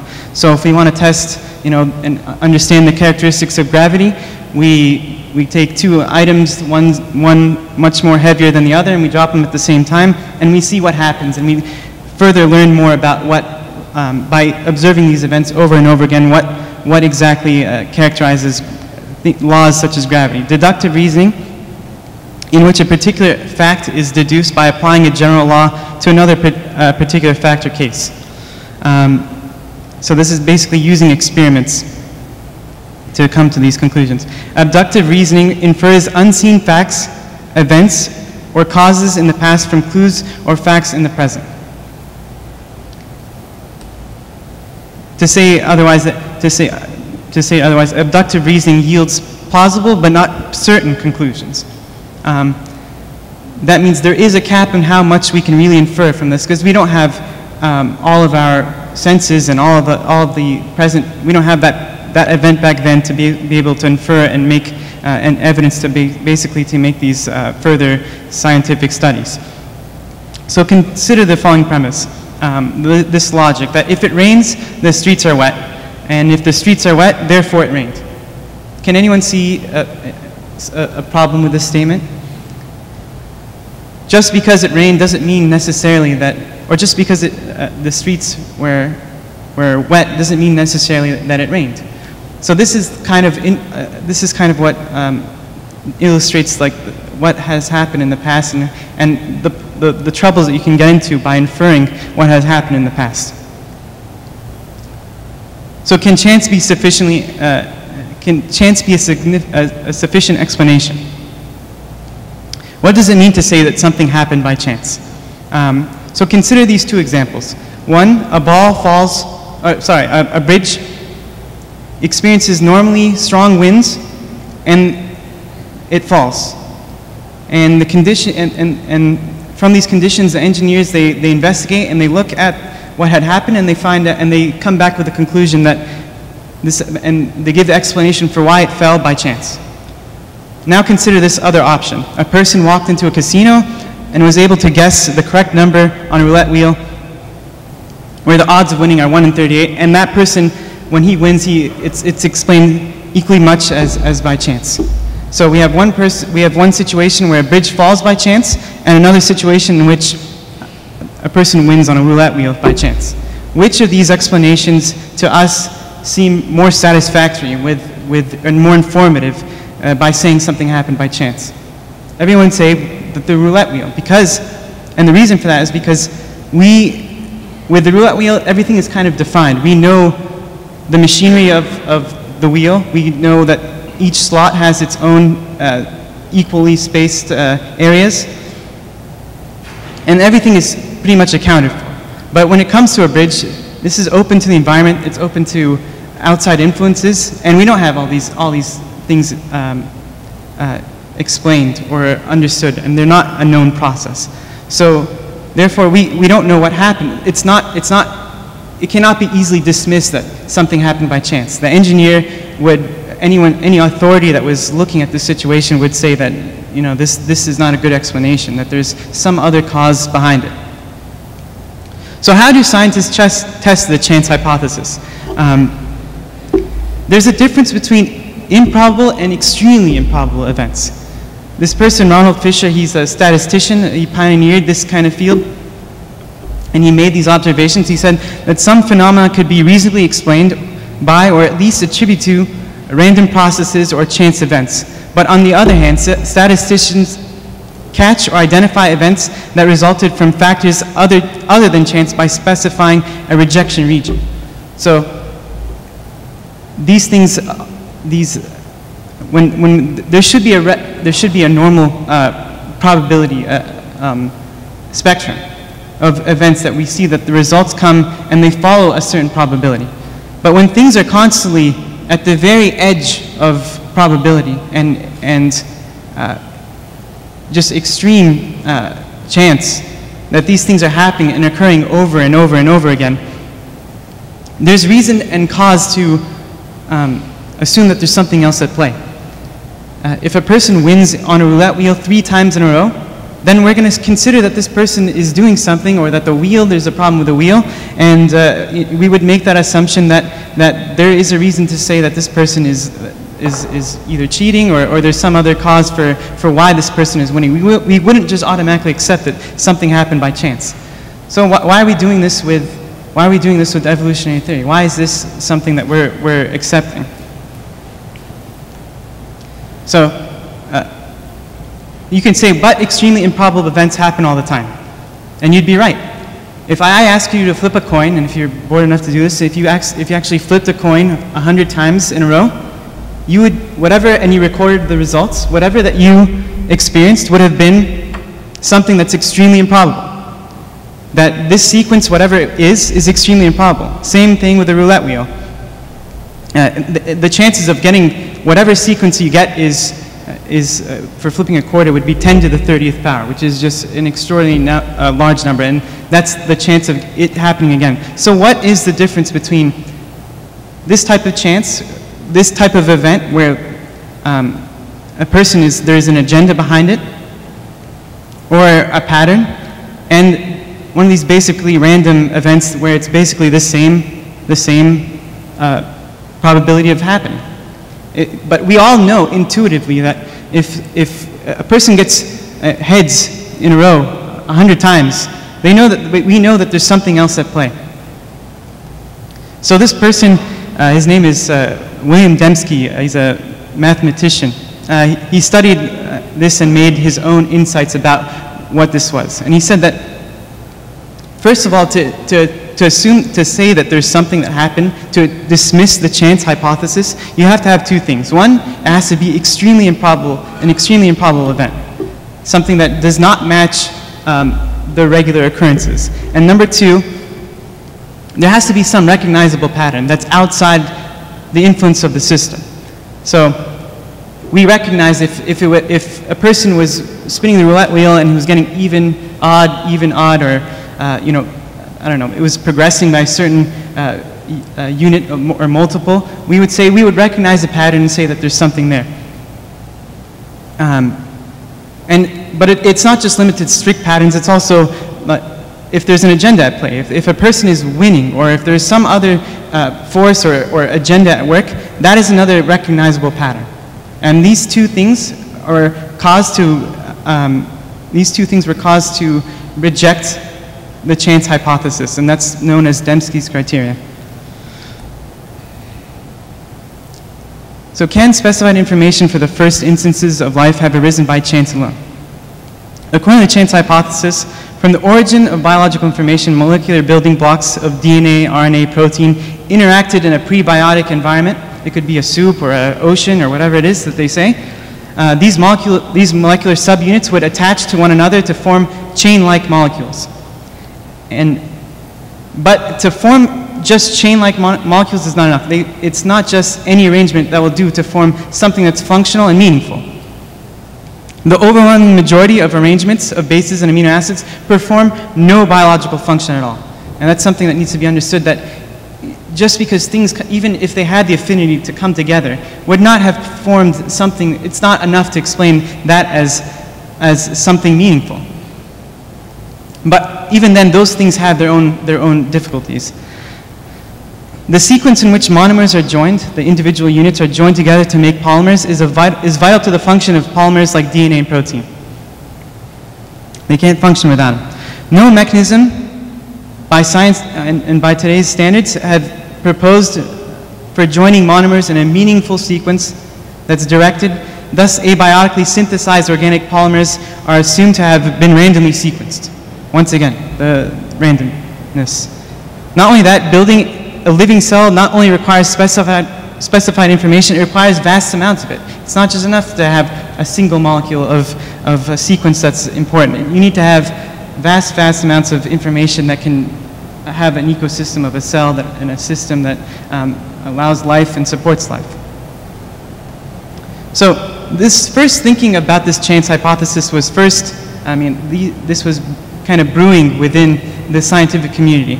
And the first public inkling of concern about the chance hypothesis surfaced in Philadelphia in 1966 at a famous conference of mathematicians and biologists. The conference was entitled Mathematical Challenges to Neo-Darwinism. It was held at the Winstar Institute and chaired by Peter Medauer, who was a Nobel laureate from England. The conference was called to discuss the growing doubts of many mathematicians, physicists, and engineers about the ability of random mutations to generate the information needed to produce new life forms. According to some of these MIT professors, the Neo-Darwinian mechanism faces what is called the combinatorial problem. So that means once these individual units start to come together, there's more and more likelihood of problems. So let's illustrate this more. the combinatorial referring to the number of ways in which a set object can be arranged or combined. So consider the number of possibilities of arranging in a correct sequence. So if we're looking for a specific sequence and we have two letters, A and B, and we're just trying to sequence something of only 2 letters long, but we want something very specific, AB. We still have, just by things randomly coming in contact with one another, you'll have 4 possibilities, AA, AB, BA, BB. But the problem with this is that once, let's say we want to add something else on top of that, the problem is that we see when you want to add a third link to the chain, that there's now 8 possibilities. So it's not that, so with each step, you're getting more and more difficulty. It's doubling every time, not just more, it's not just increasing, it's doubling every time. With proteins, it's even a more of an extreme scenario. With proteins, a sequence length of 2 amino acids means that you have to get, just getting the right 2 amino acids together is 20 to the 20th power, or to the 2nd power, which means you have to look for 1 in 400 possibilities. And if you add a third one, it's now 8,000, 1 in 8,000 possibilities. So the longer the chain, the greater the improbability.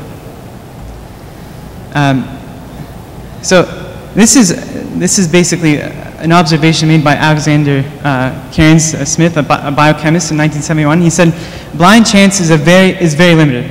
Low levels of cooperation can produce exceedingly easily the equivalent of letters in small words, but it becomes very incompetent as the amount of organization and information increases. So this is basically, to illustrate the point, monkeys on a typewriter. It's commonly said that if you give enough time, or if you have an infinite amount of time, that monkeys will be able to create the whole works of Shakespeare. And imagine, like, just missing that comma at the end or whatever, and then the whole thing is destroyed. That's basically what they're trying to say, is that infinity, that if you have this thing, and we all know that this doesn't make much sense, that it's possible that a whole works of Shakespeare can be made by just someone pounding on a keyboard. But that's what is basically being propagated by science. And the other thing to notice is that infinite is not, when physicists deal with infinity, they're dealing with actual numbers, but it's very, very large numbers. It's not actual infinity.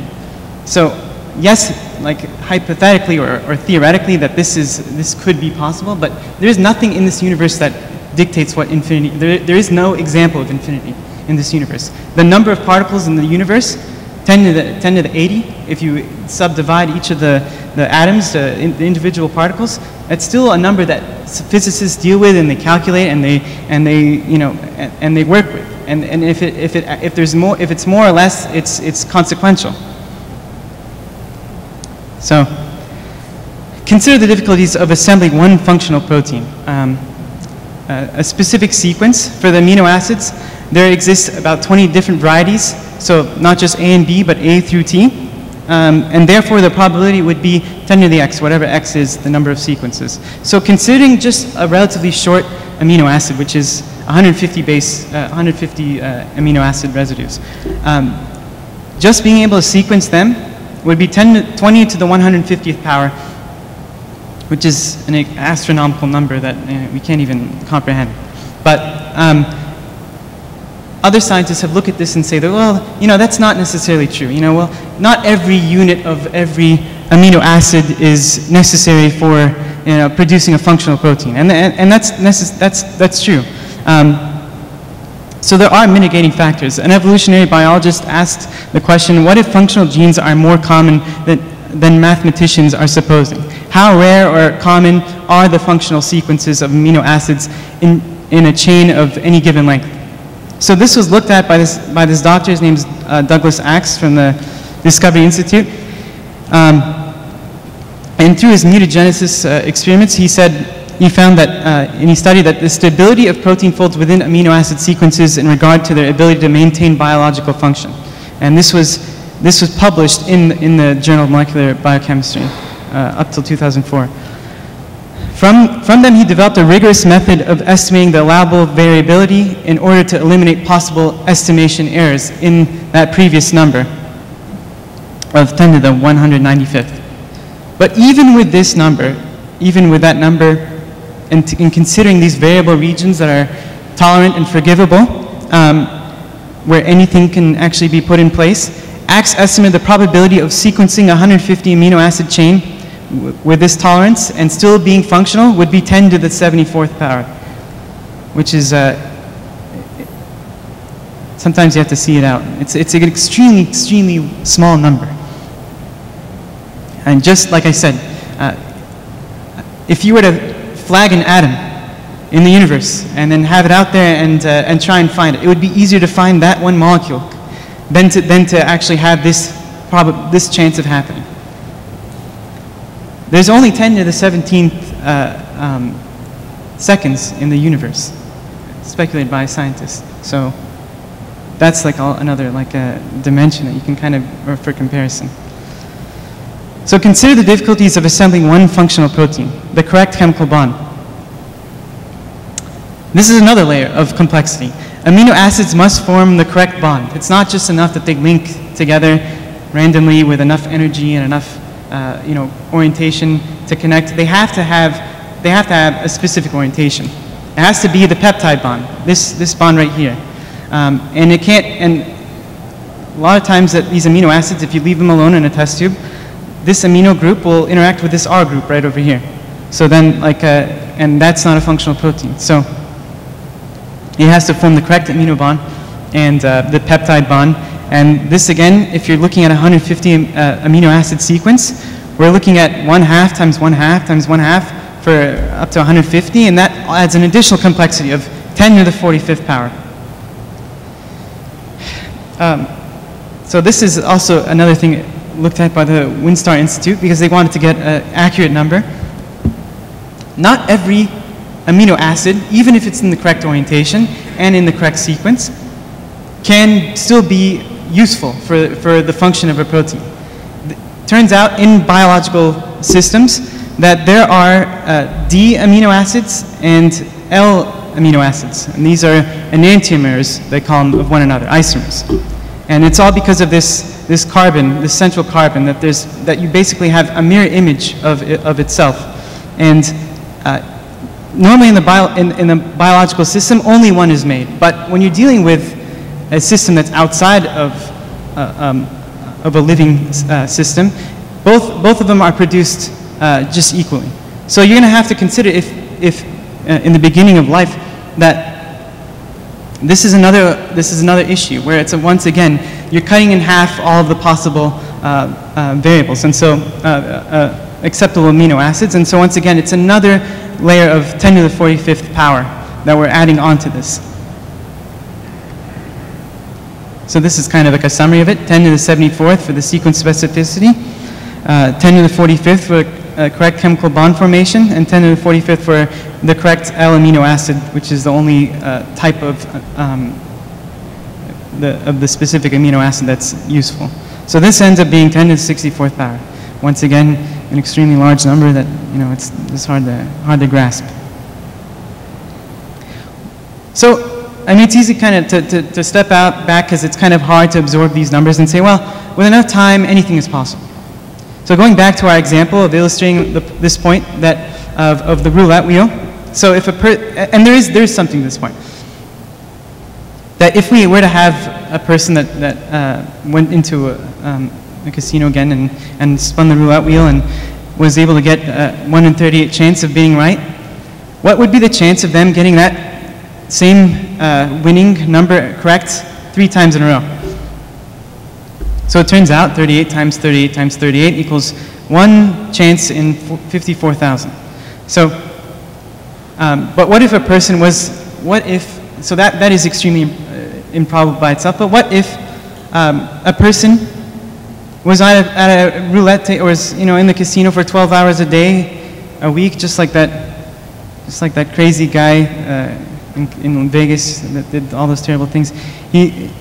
It's possible that if you had this situation where you're there long enough and you have enough chances, that these things can actually become probable. So would this increase the probability by chance getting the right number 3 times in a row? The answer would be yes. So this demonstrates probabilistic resources, the number of chances that we have to do these things. So this is a number that we have to consider with all those molecules in the universe, that are kind of moving around in a ocean or whatever. All these little particles rubbing or coming in contact with one another. It's something that scientists argue that it's possible that something can happen. So Bill Dembski once again looked into this and said he was set out to determine this and quantify this definitive number, or more definitively. So to do this, he set out to calculate the maximum number of opportunities that any particular event would happen to take place in the whole universe. So any event taking place. So he noted the number of particles in the universe, 10 to the 80, in the observable universe. So there's just particles that we're dealing with. The number of physical transitions that can occur. Each molecule or electron has, when energy gets passed through, it's limited by the speed of light. It's known by Planck's constant. Can have like a certain amount of interactions and that can take place. There's a limit to them, and that's 10 to the 43rd power, and that's per second. So we take that number and we calculate it by the total number of seconds in the universe, which is being estimated like 13 billion years. The number of seconds is 10 to the 17th power. So they add them all up and you have a definitive number, and that's 10 to the 140th power. Given our calculation from earlier, that example of the 150 amino acid sequence, which is a very short sequence for a functional protein, it's still insufficient for producing with all that probable resources. If you subtract the two, you still left with 10 to the 24th, and that's still a trillion. So, and that's just for a 50% chance. So the odds are not good. Okay, so now this kind of sets it beyond the reach. There are additional layers of complexity to account for the abiotic environment. So in biological function, it's not just enough to have a normal sequence, to have a correct sequence in the correct order with the correct bonds. Cells take those DNA or those protein strands and they manipulate them, and the proteins bind, and from the binding they create they have to ensure that the protein actually forms in a shape that's functional. So that's an additional layer that needs to be accounted for, that just without these proteins, which didn't exist in the prebiotic environment, that those things had to have somehow come in contact with one another to make sure that these proteins can assemble and shape itself in the right form. And then in addition to that, there are multiple, a protein may not be functional with just one strand. It may need four. Hemoglobin is one example, insulin is another. So building a cell out of chance. It requires vast amounts of information. The probability of this amount of specified info arising by chance is vanishingly small. It's hard to quantify because biologists didn't know exactly how much information was necessary to build and maintain the simplest living cell. So they actually wanted to work their way back, start from the other end. And that's when they tried to find the very basic, simplest cell. And they found this one cell, a very small bacteria called mycoplasma. It's a tiny bacterium that lives within human cells. And they found out that it has 482 proteins, and it needs, for necessary function, 562,000 bases of DNA to assemble those proteins. And they took that, and they tried to reduce it down even more. So they started knocking out each and taking away each individual protein and seeing what can still support life. So they brought it down to 250 genes to 400 genes. That would be the minimal amount needed for survival. It would also require a host of pre-existing proteins. So even then, even if you have the right genes, you're still in the trouble of needing the machinery, the existing machinery to be in place so that protein can interact with, and also an energy supply. So this is focusing more on the topic of probabilistic resources. This is an experiment called the Miller-Urey experiment. This was a big game changer to the field of evolution. And it's basically what established evolution as in textbook orthodoxy, in that they found out that here we have this machine that was put together, or this lab equipment that was put together, and they put these gases in a holding chamber, and they basically ran a current through it, and then after a few days they collected a substance that developed at the bottom of this U-shaped tube. And they basically looked at this brown substance, and what they found inside of it was proteins, amino acids, nucleic acids, the individual subunits of DNA, ribose, purines, and pyrimidines, polysaccharides, the sugars, fats, and a whole array of organic molecules. And so they said, wow, look what we have here. This is the early Earth. We basically try to simulate the early Earth atmosphere by putting water, ammonia, hydrogen, and methane into this chamber, which is what they presumed was in the early atmosphere. And they ran an electrical current through it, and these are the molecules that spontaneously formed. So that's like wow, we have something that's really like something to work with here. But it turns out that this didn't prove chemical evolution. That when looking at it, and with new information that has come out since then, that they presuppose that methane, hydrogen, gas, ammonia, and water vapor was present in the early atmosphere, and there was no oxygen. An ideal environment for creating these things. And if you have oxygen they assume that they didn't put oxygen in it because they assumed that that the early Earth atmosphere didn't have it, and it would be a big problem if it was in there, because oxygen is a menace to reactions. It reacts with anything and kind of destroys the process. But this was a problem, because these gases that they put in is a very favorable gases. They're reducing gases, which means that like you run any kind of current through them, it will be an exothermic reaction and spontaneously form these things. So it's a very favorable environment. What turns out from the geochemical evidence is that they found out that the gases that were in play were mostly neutral gases, and that there were significant amounts of free oxygen that were basically from the separation of water vapor, that they found that was a measurable amount that was interacting with the early Earth atmosphere. So whatever would happen if these gases came in contact with energy, would end up having produced very trace amounts of this organic products that they were using for building blocks. So the products were not enriched with chemicals that make up organisms. This was a particular problem with the stereoisomers. Experiments were often remove non-biological relevant compounds. So a lot of times when this experiment took place, they would remove the toxic compounds from that had developed, that would end up degrading the productive compounds. So this is kind of like what they see is like the early Earth atmosphere, or what they kind of envision. Lots of energy, lots of things coming in contact with one another, and the origin of information-rich biological molecules assume the existence of a favorable prebiotic soup. This is what they call the primordial soup that they say life came out of. Not surprisingly, the body of evidence shows that there is reasons to doubt this inference of the prebiotic soup. Two scientists, geochemists, James Brooks and Gordon Shaw, that they're leading in their field, argued that if an ocean rich in amino acids and nucleic acids had existed, it would have left large deposits of nitrogen-rich material.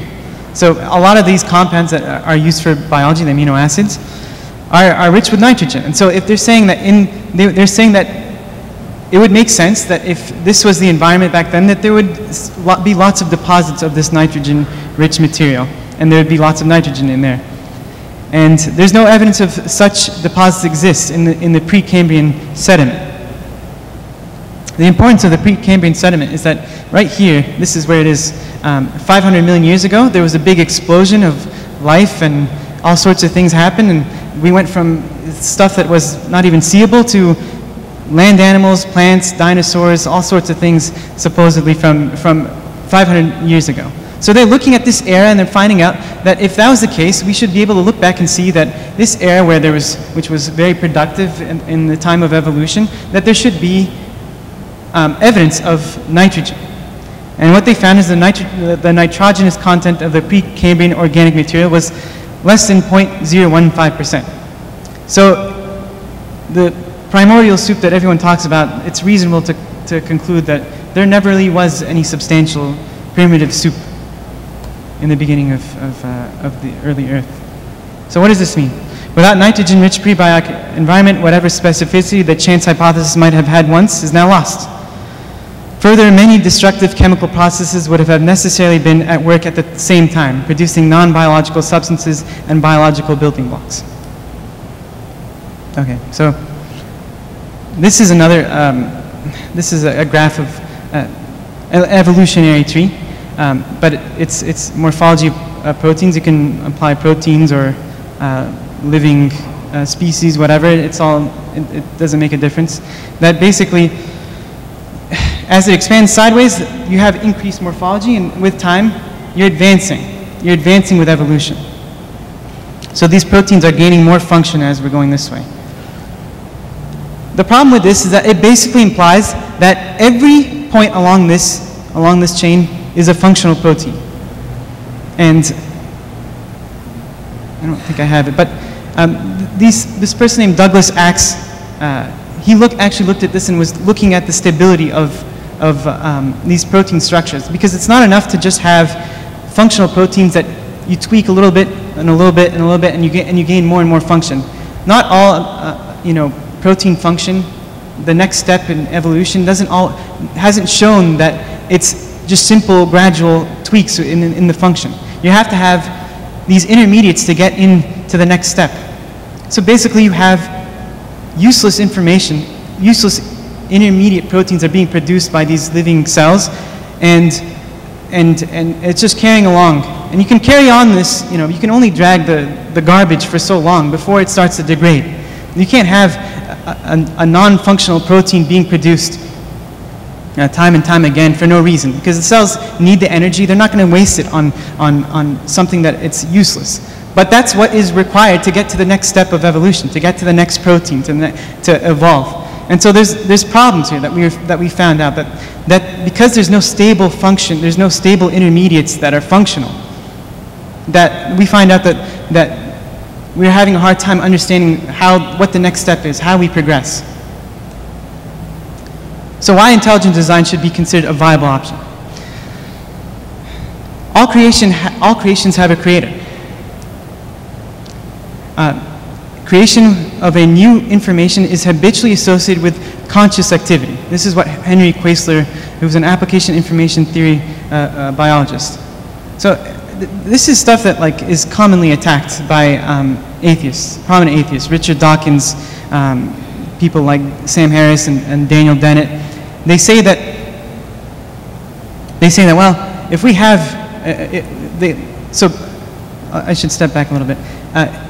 People who believe in intelligent design, they often make the argument that if we were to see a watch, out in the wilderness, we would assume that there is a watchmaker, that there was something that there was someone that made that watch, and there are watchmakers.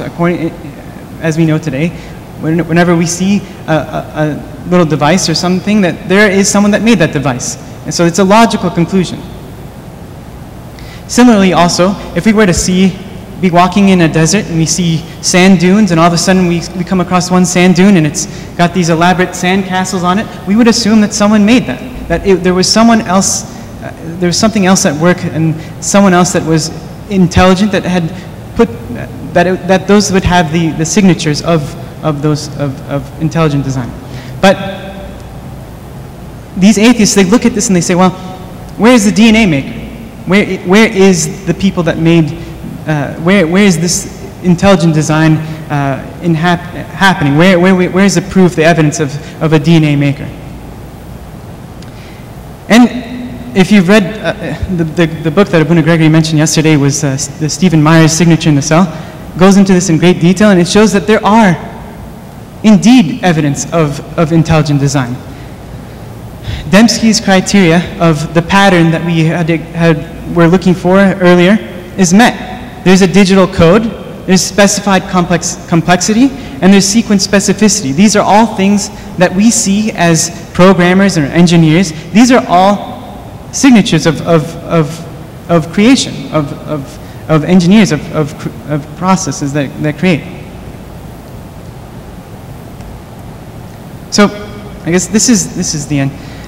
The roll of the dice. So it's generally accepted that as tools as random as that when you roll a dice, that you basically have a 1 in 6 chance of producing something, and that's considered by chance. But closer inspection reveals otherwise. If you had the opportunity to roll a dice, but know the exact force in which it left your hand, the torque that you provided in the spin on the dice, the coefficient of friction on the table, and the angle in which it hit the table, you would be able to predictably find the right answer. You would be able to predict what number it would land on. So because we're limited, we perceive these things as chance. But if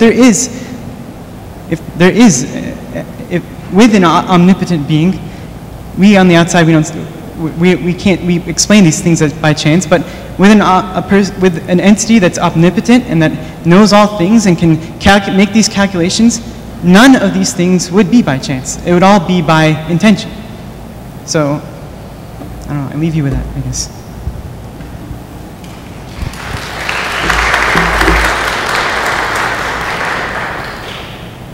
Any questions?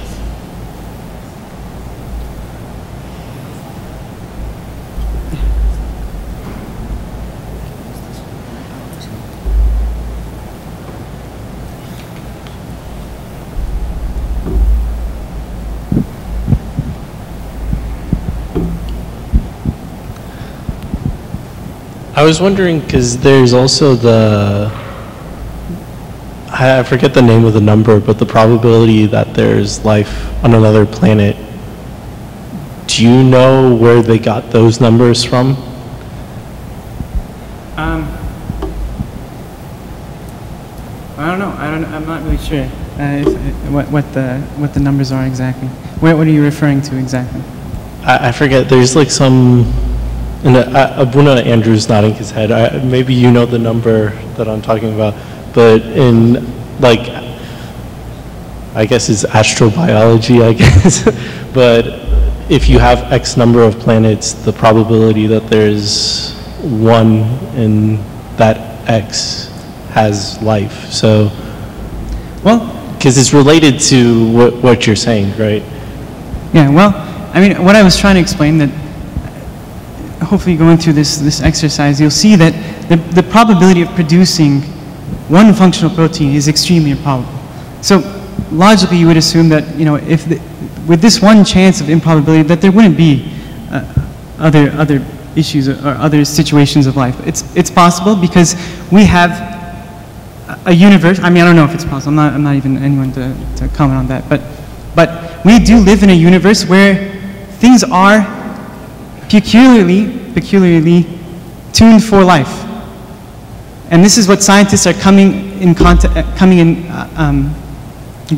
grips with.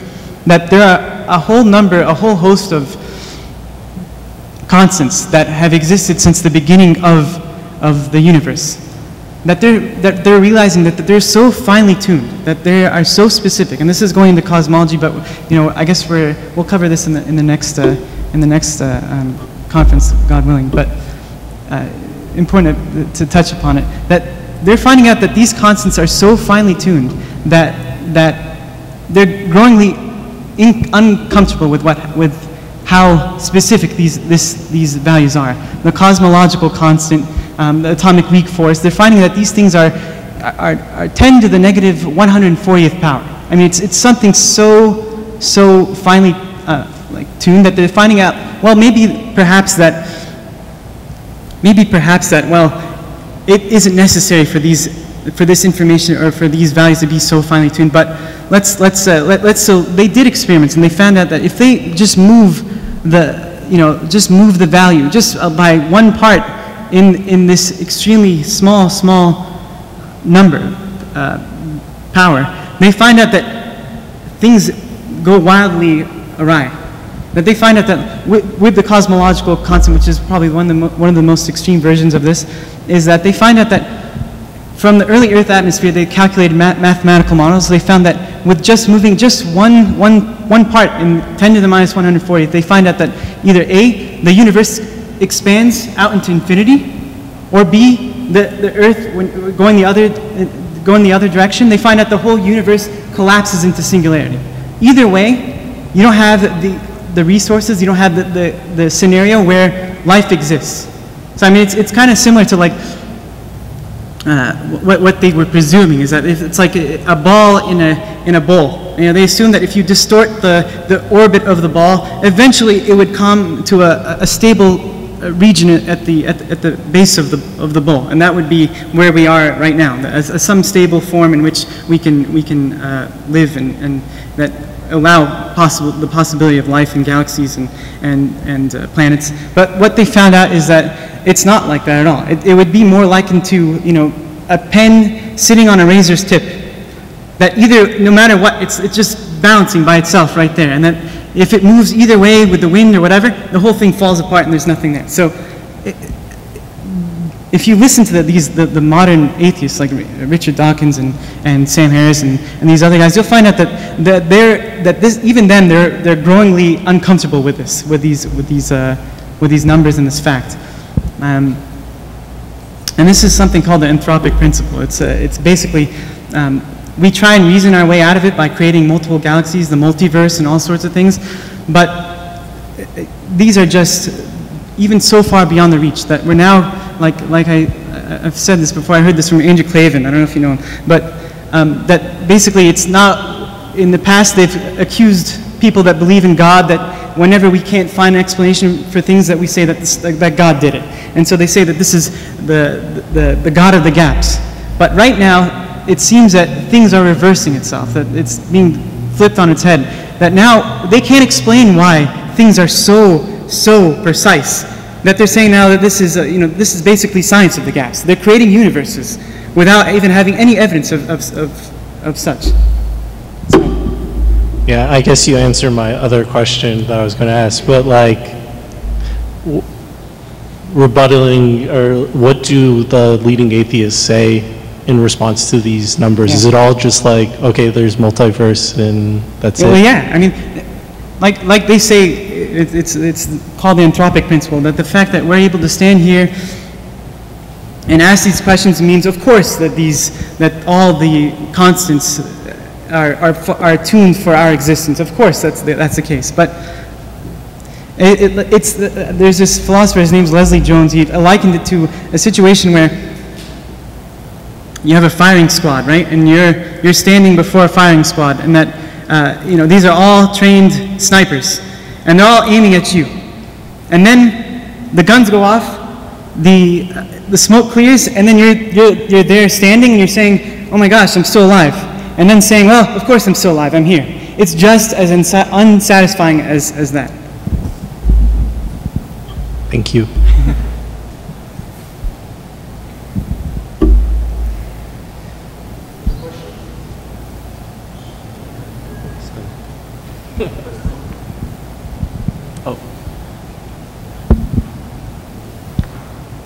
So one of the arguments you had on the slides was that all creation was created by a creator, but I don't know, I feel like someone could argue then, like, who created God almost, like if, the watchmaker made the watch, who made the watchmaker, and so on and so forth. So how would you answer that question? God is infinite.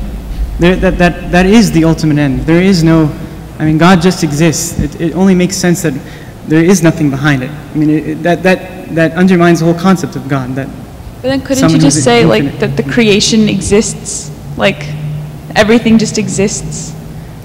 Like that may have been. I'm not sure if what you're referring to exactly, but I mean, if you don't have an explanation for something being created, couldn't you just say that it just exists? Kind of like saying like God, we don't have an explanation for how God was like so-called created, we just say he exists, right? But like if a scientist came to you saying, I don't know who created DNA, couldn't you just say also that it just exists? Like, do you see, like, so are you talking more about like how would you explain? Why is there an explanation for why is there a need for a development of life? Why do we have these sciences that develop this, the evolution of these things? Is that what you kind of said? I think so, yeah. Yeah. This will be good. We'll have to wrap up for lunch, but I'll answer this question. It's by definition. So there are certain questions that it's wrong to ask them because the question is not right in itself. Can God create the first married bachelor? God can do everything. So, but married bachelor doesn't make sense. So our definition of God is the one who started the whole thing. By definition, this is our definition of God. So the question itself is not right. Who created God? Well, if we have a smaller God and a bigger one, our definition is the whole source that transcends everything. This is why we're defining him as God. So there is questions that ask are just tricky because they don't make any sense. Can I create anything that's contradicting me? Say, can God create and something contradictory? The first circular triangle. No, he can't. Oh, then he's not God. No, because there is nothing called circular triangle. It's either a circle or a triangle. So when you say, who created God? The question itself defies how we're defining God. We're defining it, he's the one transcending everything. So the question itself is wrong. We don't have the burden of answer. The burden of answering is not lying on us because the question itself is as wrong as can God create a circular triangle. Does that make sense? Yeah. Okay. We'll have to break for something circular. That's pizza, by the way. And it's into triangles as well. It happens this way. I didn't plan this one. It just happened this way. It's much math in my Abuna Daniel. That's a problem. And now we're together. It's going to be spark. This is the spark of Miller experiment. Well, it's 1:15. First, let's thank Kevin. I just jumped here without. Thank you very much for the amazing preparation. This is exactly the forum we need, is the questions and answers, and that's what we're going to learn from this more and more in the future and the type of topics. But we're building blocks.